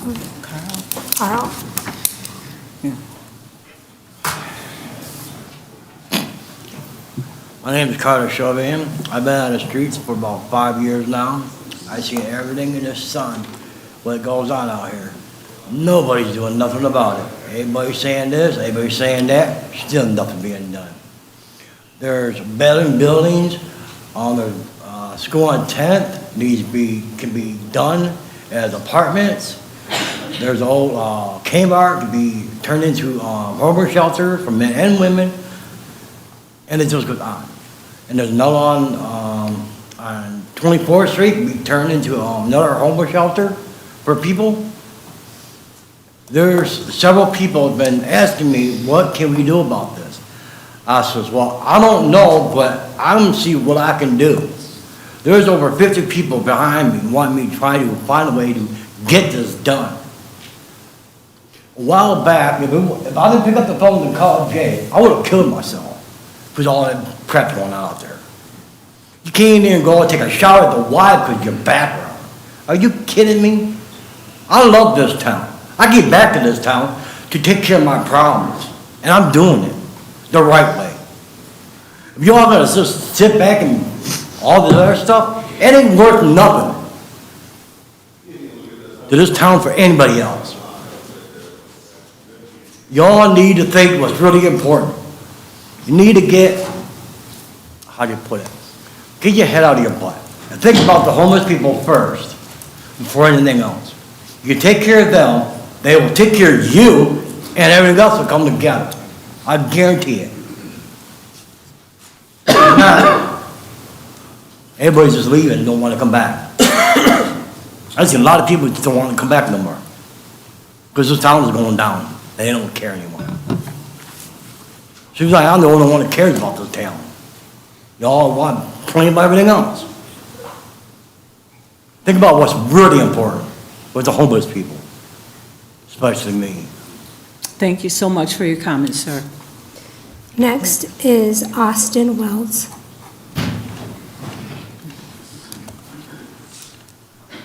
As always, the oddball out.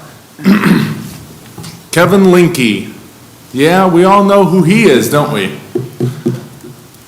I have to remind everybody in the city, this isn't a hero. This isn't a savior. This ain't a saint. He's not a martyr either. He's a man who targets people who doesn't agree with him. He'll target you. He will put your address up. He'll bring your women, children, anyone that he can into it. He gets people fired from their jobs.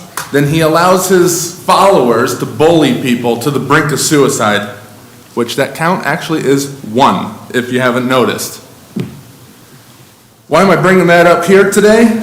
A lot of the people in this room probably support him. A few of you are on the council.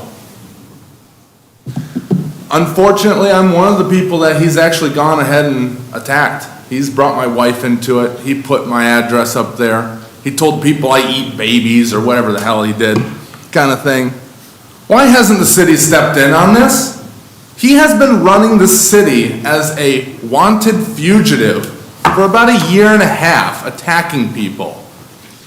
It's gotten to the point where it's so bad, we actually have copycats that attack his victims and extort money out of them. Yeah. A man by the name of Dean Hines actually got about $5,000 out of a business, Crossroads, the Christian family restaurant out there by the roundabout. Got $5,000 out of him as a, here's the bounty to hunt down Kevin Linke. Then spent all the money on prostitutes and the Monster Jam mudding thing. Kind of crap. When are we going to do something about this before we have people from these two sides come to blows? We already got one of them who went running around the downtown Port Huron area, knocking on doors with a gun, hoping he could find Kevin Linke or his family members. Me and a couple of other people, a moniker by the name of Curtis Brown, which a lot of people in this area know and respect, because they like to bring a lot of things to light, have been working together to try and take this individual down. Well, we're at about the end game. He has lost a huge amount of his power that he has here. He doesn't have all of his support. He doesn't have the people that are going to come and attack me as soon as I go to leave this area. It's about time that the city actually steps up, deals with this problem before we have people having shootouts because of Kevin Linke and Dean Hines. I just wanted to end this off because I had planned to do this on the last February. A quote from Martin Luther King: "Injustice anywhere is a threat to justice anywhere. Whatever attacks something directly attacks us all indirectly." Thank you. Thank you for your comments. Is there anyone else in the audience wishing to address the city council this evening? Oh. Brian Farquhar. Brian Farquhar, okay.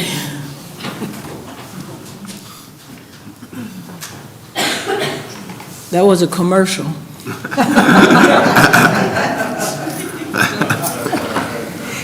You're on. All right, Brian Farquhar, 19th Avenue. A couple weekends ago now, we had the Battle of the Badges in town. I know Mr. Freed was there. I know Mayor Ashford was there. I don't know if any of you else were there. I happened to miss you if you did. It was a great event, okay? It was put on by the ARC, and the funds from that night went to the Harbor House, or the Harbor, and the Harbor House Wings facility. Okay, now, a lot of you in this room know who I am. A lot of you know a lot about my story. A lot of you may not know that I was one of the first 4 residents of the Wings facility. Okay? So tonight I'm going to share our story, and by I mean our story, the first 4 residents. We have names. My name is Brian. The other resident's name was Sarah. We have a resident that is no longer with us. His name is Jerry. And we have an extremely successful story that I'm going to tell you about tonight. His name is David. Okay? Because everybody knows my story in this town, and I'm who I am now and, you know, not who I used to be, right? But David, because David was given a chance, and this place was opened by the Community Foundation, the Neester family, the Knowltons, and countless others that I know I'm forgetting, but those are the ones that just pop off in the top of my head right away. David is now, he was a homeless. He was kicked out of his home as a high school kid, reckless, not able to be contained. He was well on his way to jail, death, who knows. David, tonight, can't be here because he is the sportscaster for the Channel 10 News in northern Michigan. David has done time working for Channel 4 in Detroit. And he's become a great, productive member of society. So, at the game, I entered, you know, every raffle as I usually do, and of course, I won this. It says Port Huron Police Department, Port Huron Fire Department, Battle of the Badges, the ARC, the rest of it. I could hang it in my garage, I could hang it in my office, I could hang it lots of other places. Mr. Freed and I had a conversation. We talked about maybe getting a little plaque made that said donated by me. Instead of donated by me, Mr. Freed, I would like it to be donated by the first 4 residents of the Wings facility, if we have that plaque made. If you need some help with the cost of that, give me a shout, and either I'll come out of pocket or we can find some donors that'll help with that, I think. But tonight, I think this belongs to the city of Port Huron more than it does me. So I'm going to step up and leave this here for you guys tonight. Thank you. If you don't mind. Thank you very much. And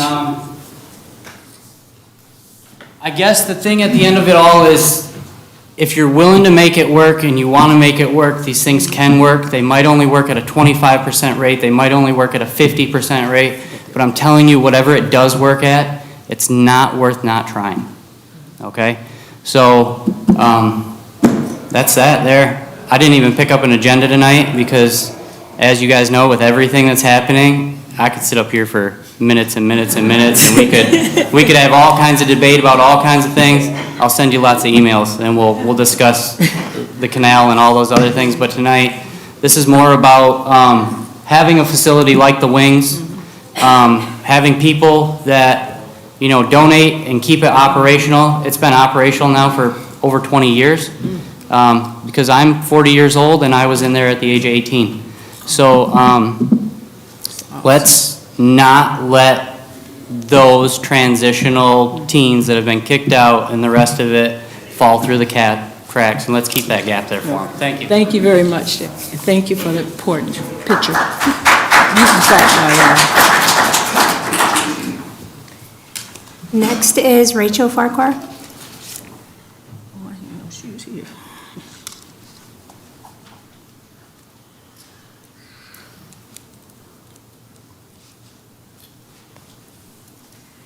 Rachel Farquhar, 19th Ave. I just want to briefly touch on Resolution 26024, which is letting Lansing know that we want to keep decisions about our housing solutions here local, which is all great if we actually make those decisions that help our zoning ordinances and that help our housing situation so that we can have low-income housing. And low-income housing is not over $100,000 for a house. Low-income housing is affordability for those who are our working class, who are our serving class, those who are working at our restaurants, making 11, 12, 13 bucks an hour or less. Those who are working at the factories, making minimum wage. Minimum wage cannot pay for housing in our areas right now. You have to work 2, 3 jobs to be able to survive. And HARA and HUD and all of those agencies that we as a city are giving our money to, that money's gone within 2 months, 3 months of the year. There's already no funding for these people who are looking for housing. There's no funding for the moms who don't have little babies at home, little kids that they're trying to raise. And they can't work because they have to watch their children. They have to raise their children. So if we're going to let Lansing know that we're going to keep those decisions locally, make those decisions. And I know I was there at your working session.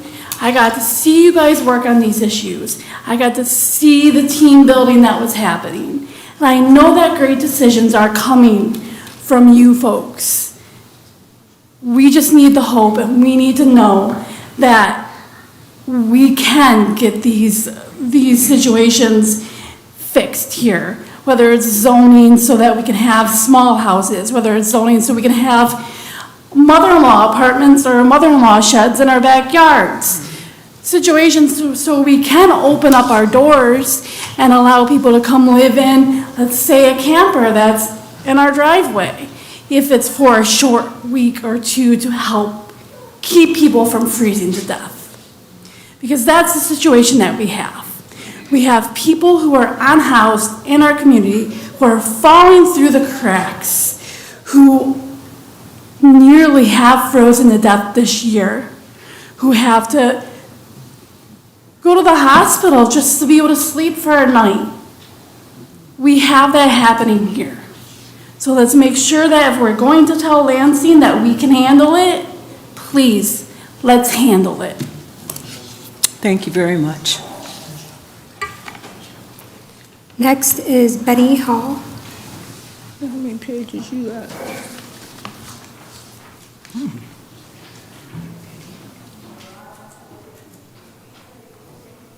Good afternoon, Mayor Ashford. Good afternoon. City Council, I'm James Freed.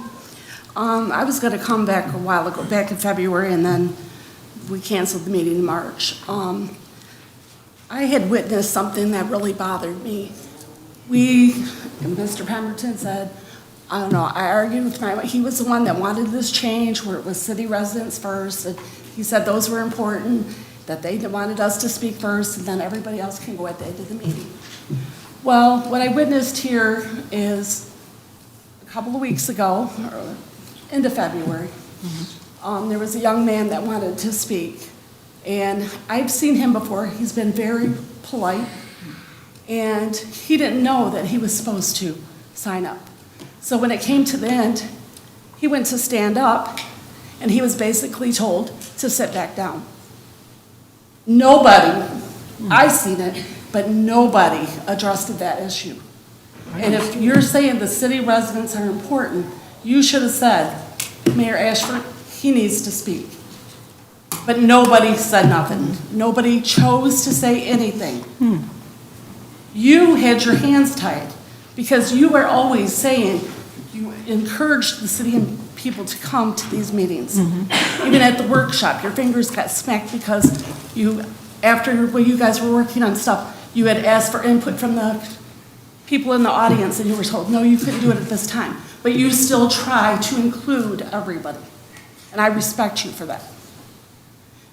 Barbara Payton and Mr. Huron, so you also, by standing and trying to get this, like you've said before, if it's not broke, let's not try to fix it. And I don't see that there was anything wrong with people just coming up here and speaking, whether you're in the city or not in the city. because the young man that was here was denied his 4 minutes. And that was unfair to him. And everybody's like, oh, worrying about everything else. And, everybody's worried about figuring out who in the hell Trash the Clown is and have to leak his story to the Times Herald. Shame on you. Shame on you. She could have been nasty and went and played a Kevin Linke and attacked all you people like he has before on Facebook. But she didn't. She always says she respects all of you. She always tries to do the best for the city. And you guys should use that as an opportunity for her to help promote this city like she does. But, it's just ridiculous. And then I hear they want to recall. That's concerning. You guys were voted in here to help take care of the city. We have other things that are more important. Lack of affordable housing, good paying jobs. We don't have that. We don't have things for people. There's not enough money. There's so many people who are struggling to pay $1,200, $1,400, $1,500 a month for rent. That's what we need to focus on. We paid, I don't know how many millions of dollars for a contract for somebody to cut the lawns at all these vacant lots. Why not offer these to people to build a small home for less than $100,000? Yeah, you might lose that lot, but guess what? You're going to get the tax dollars from that. You want to bring employees to the city of Port Huron. Why don't you offer them something like that? It's just a thought. We need to do better. Thank you so much for your comments. Next is Mark Watson.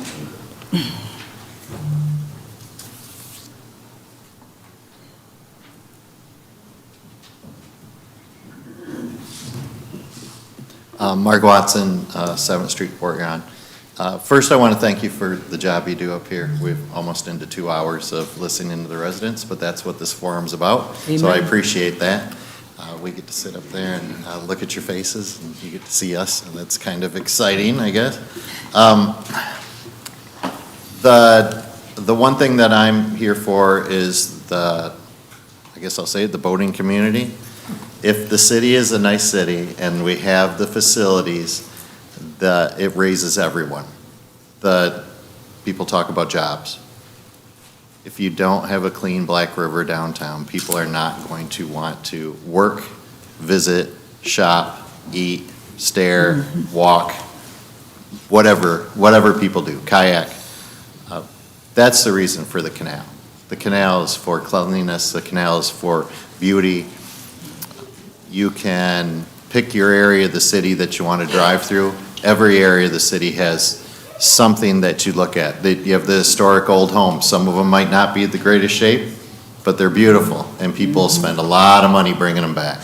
You have the park system that we spend up to $5 million a year on, each year, including the capital improvements over the next 5, 6, 7 years of over $10 million. You have the city building, that's still for sale. I haven't heard about anything that in a long time, but it still is. And then you have Vantage Point, that is still for sale. You're not gonna sell Vantage Point with a dirty Black River. Somehow they sold Desmond Landing, and that person is putting millions of dollars into that to attract city residents and visitors. We are an international border. We want to be proud of the city. So some of the things that the city owns, which is the canal, the city has a responsibility to take care of. I know that it's a lot of money right now, but those, if I had a stream going through my yard and I decided, well, I'm not going to mow it again, the city's going to give me a ticket for not taking care of my property. The city has to take care of the canal. Now, it's been there 100 and some years. It's always been some sort of problem, but most waterways are some sort of problem. Invasive species, all those different things. Now, I do want to remind everyone that most boaters are not what you would call rich. The boaters that are out there right now, they're out there with the ice floes because they drove into town and they want to go fishing and they want to have a good time in Port Huron. Most of them don't live here. The ones that you see out there, they're driving in from another part of town, launching in the launches that headed out there, and people love it. People love coming to Port Huron. I recommend that the bid that comes in, you find a way to pay for it. If you look at the city's budget, just skimming the recreation budget, just skimming the capital improvement budget, just skimming the fee budgets, those all have the availability. And the last thing I want to say is the city council and the city has a marketing department, I think. I would appreciate it if James handed it over to the marketing department and said, here's what we need to do. Here's the plan, sell it. Sell it, marketing department. If you have to hire somebody to market it, sell these plans and put all the things together in a package. So I appreciate the city council and thank you. Thank you very much. Next, Will Parker. I will yield. Huh? He said he was going to yield his time.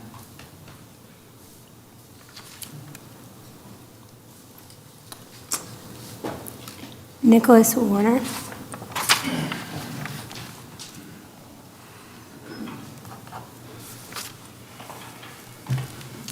Hello, everyone. Hello.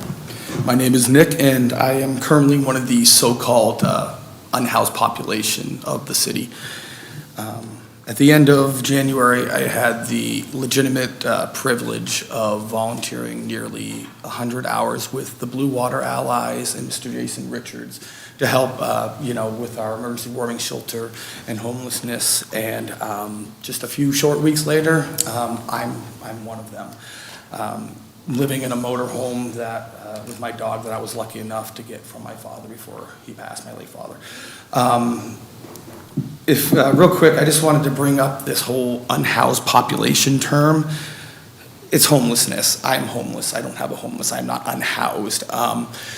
Calling us anything else but homeless is meant to make you all feel better. It doesn't do me anything. So I just wanted to, we really need to get away from that. If you have to put it down for statistical uses, cool, but I am homeless. I'm not unhoused. What we need to remember is that safety nets have a lot of holes in them. You can only do so much to catch so many people, which is why we need multiple safety nets. Just because the weather is a little bit better does not mean that homelessness is not an issue. We're talking, hundreds, not dozens. If I can go out and find several dozen people, and Mr. Richards can go out and find several dozen people, and Mayor Ashford, if you go out, that's hundreds of people, all right? This is not a dozens problem. Me personally, I am transgendered, so I wouldn't even feel comfortable going to the men's shelter in the city. They cannot provide me with a private room, nor they just don't have that resources. And even though I could pass as a cis male, I just wouldn't feel comfortable, let alone someone who's a trans woman who, I'm not a DV victim, and even if I was, I doubt I'd be welcome at a women's shelter. So where do I go? Or where do other people like me go? Homelessness takes away from other resources. If it's going to catch up eventually. If they're going to end up in an ambulance going to McMorran, and that's upwards of $10,000, for something that could have been solved with a few $100s. And then get involved with law enforcement, and now you're into the court system, and now you got this cycle, and it's just, the money's not going to, the money's being spent, but it's not being spent efficiently. So I think, so you look at places like Seattle, who went ahead and bought out motels, old motels and stuff like that, because at the end of the day, putting someone up in a cheap little motel room with a few other people is still going to be less expensive than a trip to the emergency room, eventually, because that's where they're going to end up if they're not, housed properly. If you don't have housing, if you don't have food, you're going to end up in the hospital. If you don't have healthcare, you're going to end up in the hospital. So this money's getting spent, and you're probably going to go, oh, where's this money coming from? That isn't my concern. That's the concern of everyone sitting up here. If there's state funding, if there's local funding, that's what you guys, I'm just, a homeless person. I don't have the answers. That's your guys, and that's why you were elected. So I just want you to all keep that in mind going forward. Yep, I believe that's my time. Thank you very much. Thank you very much for your comments. Crystal Linky.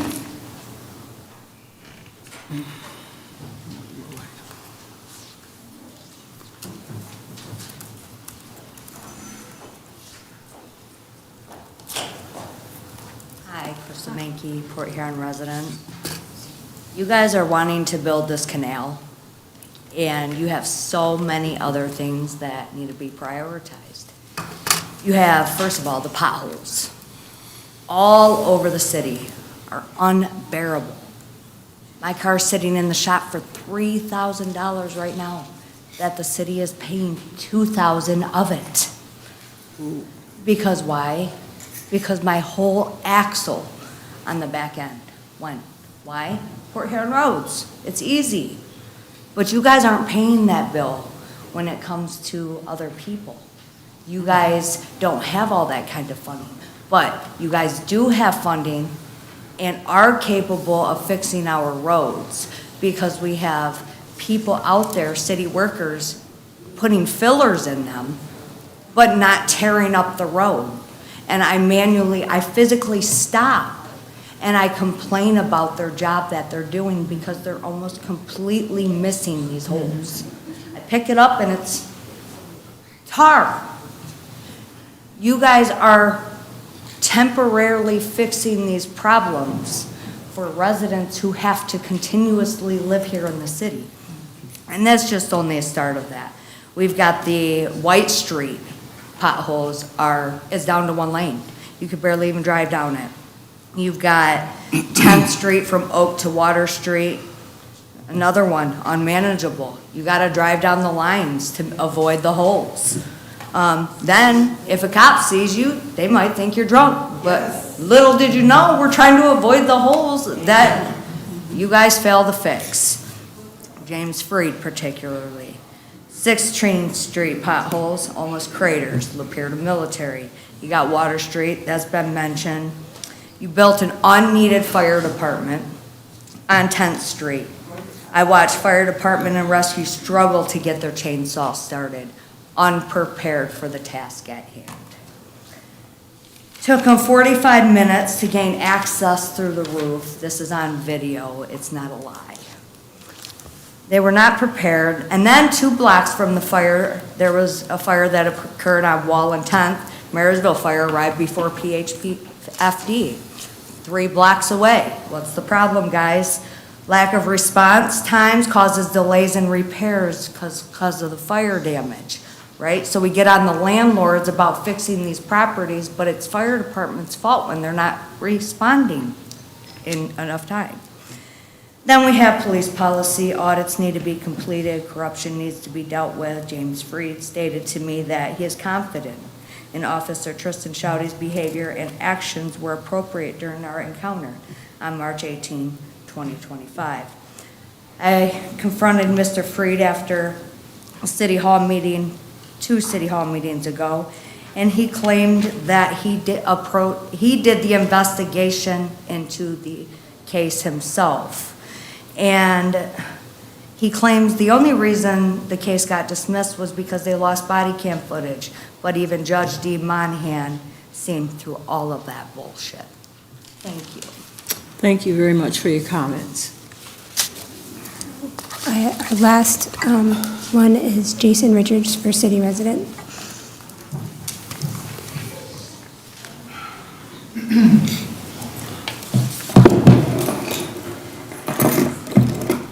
You guys have a hard job. James, are you listening? Because I know your comment today was very uncalled for. When I said, hey, are you going to listen to everyone today? Sir, just address. Okay. Okay, just address us, So the full somebody on council. your team Okay. said a nice little comment about, I said, are you going to be listening today to everyone's comments today? And he said, yeah, everyone but yours. I want to make sure you understand this, James. I didn't want to fight with you. I didn't want to bring people here and bring them out, and just try to make a point. I actually understand that you have a hard job. I get that. And I actually agree with you. It's not the city's job to fix all this with necessarily the homeless and non-housed. It's to support other agencies that are out there currently. However, as I've been saying for 4 or 5 years, there are holes upon holes upon holes and policies and all this other fun stuff that just kind of overlaps each other. And you guys just don't seem to either hear it. I offered to come to a meeting or set up a meeting with all the organizations. I know one of the organizations decided to have a meeting. I was invited to it. Mr. Freed, which I don't have proof of, made sure that I wasn't part of that meeting. So I decided to bring everyone here. I'm missing about 20 people that couldn't be here or didn't want to be here because they were in fear that maybe the city might backlash at them or one of the organizations might come after them or not help them, which disgusts me. I'm a boater myself. I'm a homeowner. I was a business owner here. I've been here for 15 years. There's a lot of issues. There's a lot of things that we obviously need to fix. I wanted to help with that. I wanted to help with one of the issues, James, and the city council, but I was not allowed to. I have helped Oakland County, Wayne County, Macomb County, and some of their programs to actually come up with all year-round programs that they currently have. I've been doing it for decades.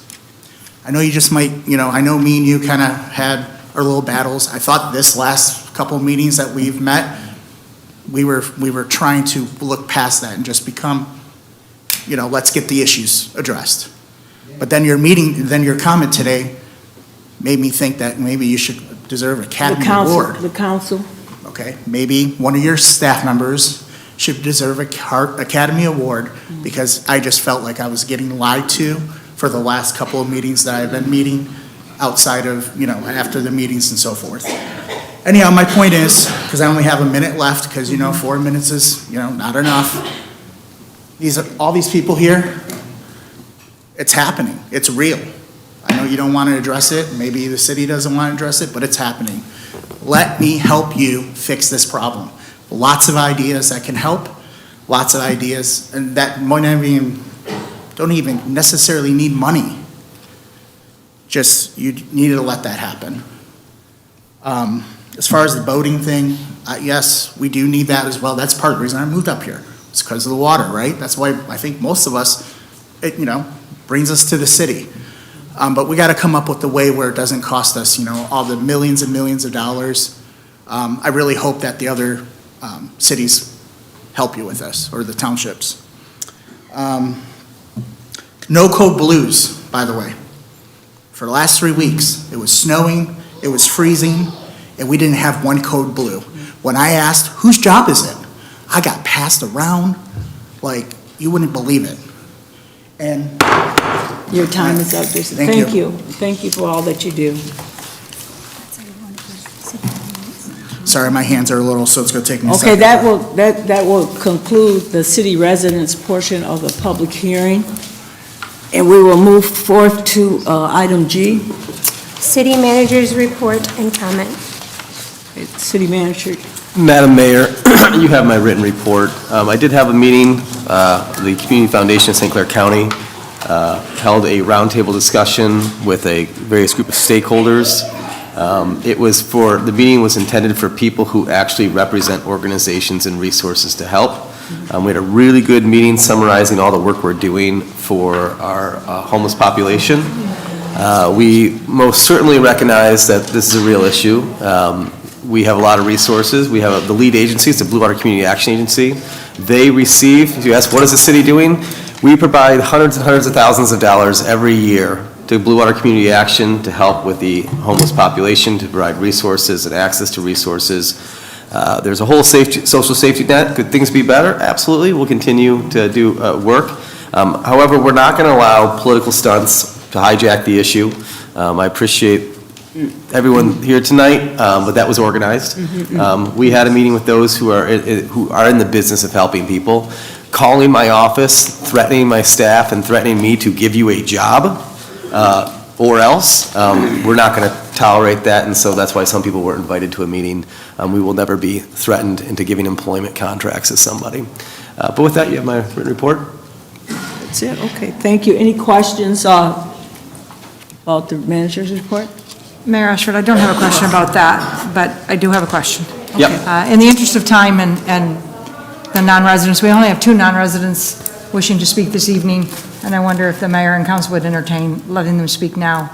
Well, you before guys we made, conclude the we entire made the agenda. rules, we're all a governing body, I didn't vote for it, but it is, you're in charge, you can vote, so if the council want to vote for the non-residents to speak now, I would make that motion. acclamation, motion. Is there a second to I'll that support. motion? It's been properly moved and seconded, any discussion? Hearing none, residents, non-residents. We need to vote. Oh, you need to vote, yes, call a vote. I'm trying to get it, my neck, okay. Councilmember Haramza, Yes. Councilmember Lamb, Yes. Councilmember Mojrek, Yes. Councilmember Payton, Yes. Councilmember Pemberton, Yes. Councilmember Archibald, Yes. Mayor Ashford. Yes. Thank you.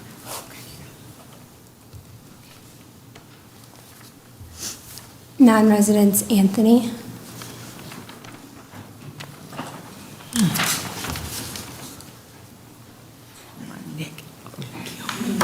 Howdy. Hi. My folks, I'm thankful that I still get to live with them. I'm 20. Most of the people my age are not that lucky. I was at your meeting upstairs a few weeks back, and you guys said it was really important for young people to stay around here. I agree. Sir, you're addressing the council. I saw 1, 2 other young people here. We need to do better.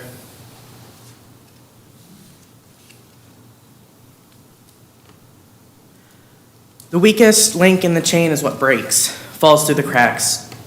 Well, who's most vulnerable? Those who are the minorities, young people, and especially those who don't have resources, like the people that are unhoused. I'm sitting there on Facebook watching adults fight like children. I'm going to school full time. I'm volunteering, helping these people. I'm 20 years old, and I'm doing as much work as I can as a 20-year-old to help people. Everybody should be helping everybody. That's what we're called to do as humans. We're supposed to help each other when somebody falls down. I'm just disappointed at this point. You guys heard me speak at the last time. I held a 3-month-old in my arms while I was volunteering, while we were trying to get their mother resources. People are falling through the cracks. We need more safety nets, like everybody else said. But maybe we should fix those holes in the first place. There shouldn't be cracks to fall through anymore.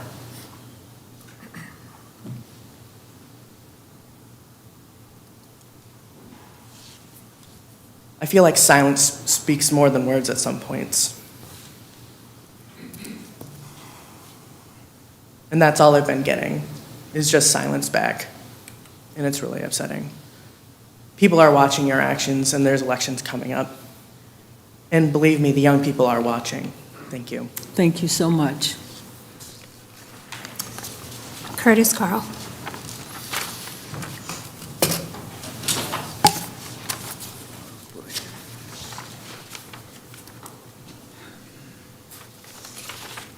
Good evening. Good evening. Curtis Caro, non-resident taxpayer. Thank you, Sherry, for trying to unite us. It's going to be hard to bring people together after we have been divided. working together after dividing us. We want to work together with our neighboring townships, but you want to divide us. Sherry's trying to unite us again. I think that's great. But going to our townships, after treating our residents, our township residents, as second-class citizens or whatever we are, going to make us wait to the end of the meeting to have our voice. But tonight it kind of pertains to us because you want our money. So let's say my neighbor, we share a ditch. And I'm going to go to my neighbor and I'm going to approach her like this. Well, you got a lot of money in your bank, so you're going to help me work on this ditch. And if you don't, the ditch is going to stay closed. We're closing the ditch. I don't think that'd be the right way to approach my neighbor. I shouldn't know how much money's in her bank account. It's none of my business. That is the wrong way to approach our neighbors. And as for Port Huron Golf Club, I'm not a golfer. I don't feel sorry for them. Why don't you hit them with a tax increase and pay for the water that they need out of that canal? Maybe they could help dredge that thing out, put a container gate in, whatever it takes. I'm a simple guy. I'd be golfing at White Oaks if I could. But that's not an option, and I ain't going to Port Huron Golf Club. I can't afford it. I just can't see it. But if they have a need and they have a want, then they need to pay. And why are we going to punish our riverfront taxpayers? Don't we punish them enough? Half of them can't even use the water that's in front of them. Can't even get a dock in. And then to hold them responsible or to put an extra tax assessment on them when they may or may not even be a boater. You should probably work on taking some fees from your boat ramp or whatever, or look at the people that are boaters and see if they want to throw in some extra money. But you're going about it all wrong. I don't think the townships are going to ante up if you come at them in that way. You might want to think about approaching them in a different manner. Thank you very much, Mr. Crowe. I believe that's everybody. That's it? Okay. Excuse me. No comments from the audience at this time. I know it, that's why you need to have signed up before you. Oh, okay, well, you know it now, so prepare the next time. Proceed. Why don't you let them speak? Those are the rules. Those are the rules. You want to take the vote? Ma'am, please. Well, he's on his way out now. Okay. Oh, hold up. It's up to the council. Okay. Is there a motion? I motion that we allow Kevin Watkins from NAACP to speak to us this evening. Is there a second to that? Support. Okay, it's been properly moved by Councilmember Pemberton and supported by Councilmember Mosrat. All those in favor? Aye. I missed the discussion. Okay, thank you. Thank you. Thank you, Mayor. Kevin Watkins, Wells Township, but I pay taxes in Port Huron because I work at the college. I know you have a tough job. And but it's tough. Everyone doesn't know changes. So I think quickly that should be announced at the beginning of the meeting, so I would have had time to go sign up to come back. I had no clue you were doing it this way. And also, no, use your time. This is my time, though. I'm good. Okay. The county commissioners at least say, is there anyone else needs to speak when they're in? Because that's kind of abrupt and that kind of piss people off. But a couple of things. One thing, you got to pay to play. And basically, I don't understand people that things will get done, you enjoy it, we got to pay to get it done. The problem we have is that we all live in silos. The homeless, how sad is that?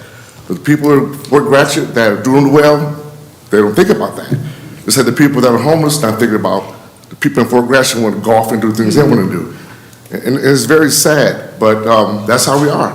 They say Port Huron is, when I moved here 25 years ago, I saw it's very unique. It's like north and south side Chicago. The south side, people that have lesser means.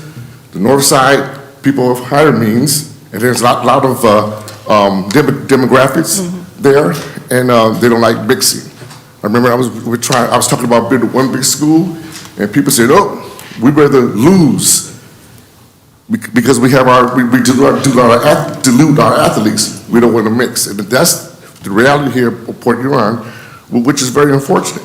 Now, and the one gentleman mentioned Martin Luther King, that is injustice anywhere is a threat to justice everywhere. And the time is always right to do what's right.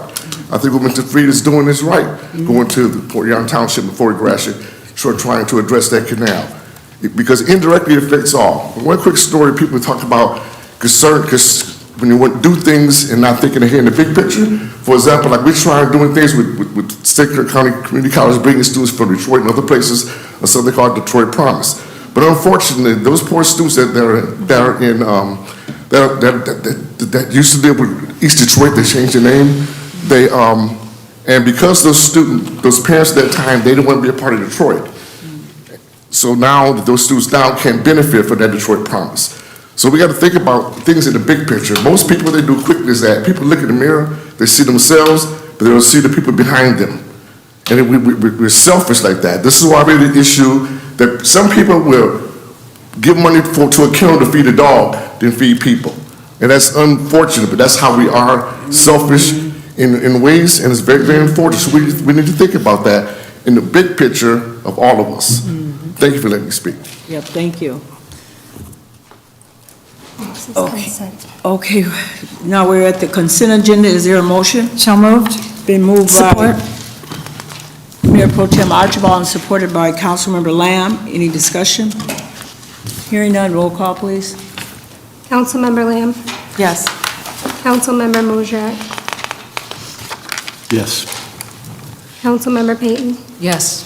Councilmember Pemberton? Yes. Councilmember Archibald? Yes. Councilmember Hamza? Yes. Mayor Ashford? Yes. We have 4 items on our consent agenda, and they fall under resolutions. Resolution number 5, designating qualified commercial procurement cards and authorizing the Director of Finance and Deputy Director of Finance to execute commercial card agreement with the Huntington National Bank.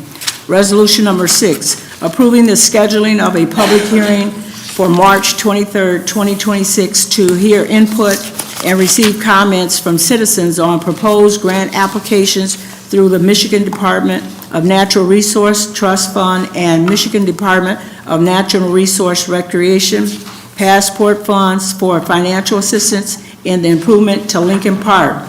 Resolution number 7, approving the reappointment of Nia Fairley and Dale Himla, I think I pronounced that right, to the Historic District Commission with the term to expire March 10th, 2029. Resolution number 8, confirming and approving single lot assessments for special trash pickup and snow removal in the right-of-way. That is your consent agenda. And now we will move forward to, from the city manager. And before she reads those, if the council would not object, I would like to take 1 through 4. Is that okay with everyone? Just a nod would do. Is that okay? Okay. So would you proceed reading that? I don't think we need a motion in a second. I beg your pardon? A motion in a second. Need a motion and second on So all? moved. Okay, moved by Councilmember Pemberton and supported by Mayor Pro Tem Archibald. Any discussion? Hearing none, proceed. Accepting the unit price bid from USA LCO LLC in the amount of $602.8117 per dry ton for an estimated 397 dry tons of aluminum sulfate for use at the wastewater treatment plant and water filtration plant. Accepting the unit price bid from JCI Jones Chemical, Inc. in the amount of $1.46 per gallon for an estimated 177,000 gallons of sodium hypochlorite for use at the wastewater treatment plant and water filtration plant. Accepting the unit price bid from Carmuse Lime Canada Limited in the amount of $545 per dry ton for an estimated 432 dry tons of hydrate lime for use at the wastewater treatment plant.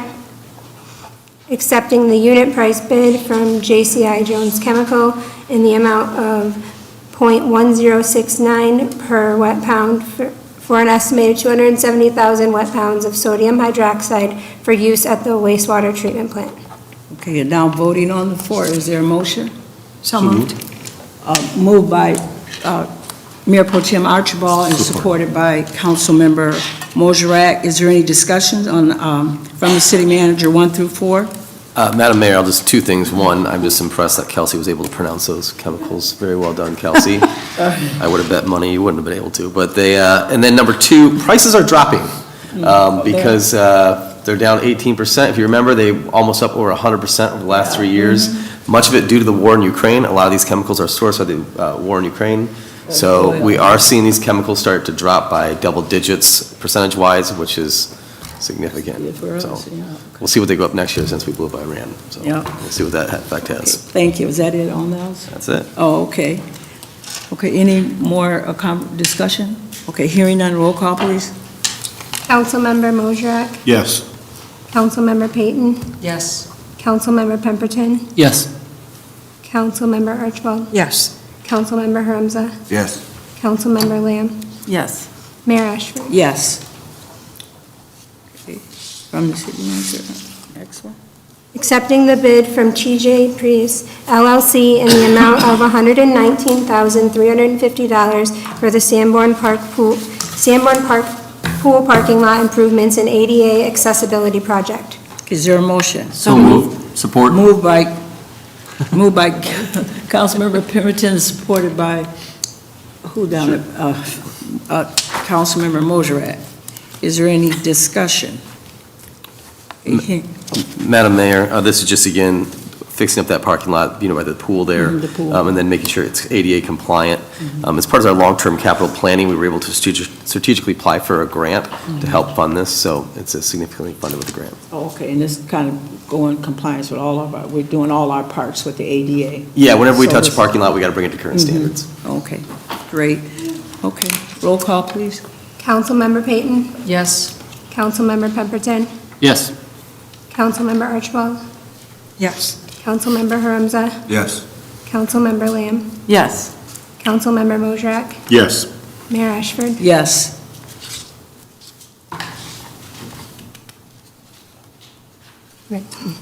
Receive and file the quarterly financial report for the 6-month period ending December 31st, 2025. Okay, is there a motion? So moved. Support. Moved by Mayor Pro Tem Archibald and supported by Councilmember Lamb. Any discussion? Okay, hearing none. Any discussion on this one? Okay. Hearing none, roll call, please. Councilmember Pemberton? Yes. Councilmember Archibald? Yes. Councilmember Hamza? Yes. Councilmember Lamb? Yes. Councilmember Mosrek? Yes. Councilmember Peyton? Yes. Mayor Ashford? Yes. Next, resolutions. Authorizing 12 payments. Okay, is there a motion? So moved. Support. Moved by Mayor Pro Tem Archibald and supported by Councilmember Lamb. Is there any discussion? Hearing no discussion, roll call, please. Councilmember Archibald? Yes. Councilmember Hamza? Yes. Councilmember Lamb? Yes. Councilmember Mosrek? Yes. Councilmember Peyton? Yes. Councilmember Pemberton? Yes. Mayor Ashford? Yes. Resolution 2. Authorization to purchase, acquire, and construct capital improvements and to publish notice of intent to issue municipal securities. Is there a motion? So moved. Moved by Councilmember Mosrek and supported by Mayor Pro Tem Archibald. Is there any discussion? Oh, it was Lamb? Okay. Madam Mayor and Council, just to reiterate, there will be no issuing of bonds until I negotiate a deal with the townships and bring that negotiation back to you for approval. Oh, okay. So So there's you- no movement, no action No, whatsoever? nothing will move Okay. forward until an agreement is reached Okay. and that you ratify that agreement. Okay. All right. Roll call? Councilmember Hamza? Yes. Councilmember Lamb? Yes. Councilmember Mosrek? Yes. Councilmember Peyton? Yes. Councilmember Pemberton? Yes. Councilmember Archibald? Yes. Mayor Ashford? Yes. Resolution number 3. Resolution of the Port Huron City Council in support of protecting local decision-making and community-led housing. Is there a motion? So moved. Moved by Councilmember Pemberton. Support. Supported by Councilmember Lamb. Any discussion? Okay. Okay, no discussion? No, I want to thank the mayor for attending a press conference at SEMCOG on this important issue. She represented us very well down there with elected officials from all over the region. This is, again, about local decisions and local control. You know, I grew up a conservative guy, and I always believed that the best form of government was local control. I'm not quite sure why the majority of the House right now seems to be usurping local governments, whether it be wind, solar, or zoning. They're trying to usurp local governments. It seems to be driven by special interest who have a reason to avoid local control because they don't want to deal with the residents and how people want to protect their communities. And so I think this is a very important issue. I do appreciate the mayor's advocacy on behalf of the city. She did a very nice job for us down there. Thank you. Thank you. Okay, roll call, please. Councilmember Lamb? Yes. Councilmember Mosrak? Yes. Councilmember Payton? Yes. Councilmember Pemberton? Yes. Councilmember Archibald? Yes. Councilmember Haremza? Yes. Mayor Ashford? Yes. Resolution number 4. Adopting the City Council's list of goals and priorities for the 2026-27 fiscal year. Is there a motion? So moved. Moved by Mayor Pro Tem Support. Archibald, supported by Councilmember Lamb. Any discussion? I would just note that these are very reflective of the public comments we heard. Housing, roads, I mean, these have percolated to the top priorities by the mayor and council. I thought the work session was very well done. And so this is the benchmark in which I'll be judged in my annual review. So the progress we make on these will determine whether or not my administration and my staff are doing a good job. And so if we don't execute these goals the way you want, then you fire your city manager. Works out pretty simple deal. No, we won't be standing in judgment. We don't judge. Well, We you got do to. evaluate. Yeah. So you will be evaluated. This is on my that. mission right here. Okay. And the staff. Yeah, you got your marching orders. Okay. Roll call, please. Councilmember Mosrak? Yes. Councilmember Payton? Yes. Councilmember Pemberton? Yes. Councilmember Archibald? Yes. Councilmember Haremza? Yes. Councilmember Lamb? Yes. Mayor Ashford? Yes. That concludes our agenda for this evening, and we just go around. Did anyone have any comments? We heard a lot tonight. We shouldn't be in a hurry. Just let our citizens know we did hear them, you know. Any remarks at all? Madam Mayor? Yes. I just would like to wish a very special birthday to me. It's my birthday. Oh. You didn't give us a chance to do it. There's no place I'd rather be tonight than 2 hours of public comment here with all of you in our beautiful city. So, Happy birthday, James. yes. Happy birthday. Thank you. Okay.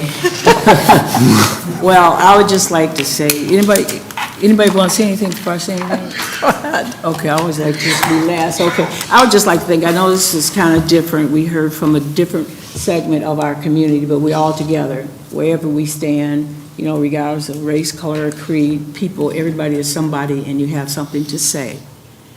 And we listen, I listen, and I hope, I don't know how you could not hear.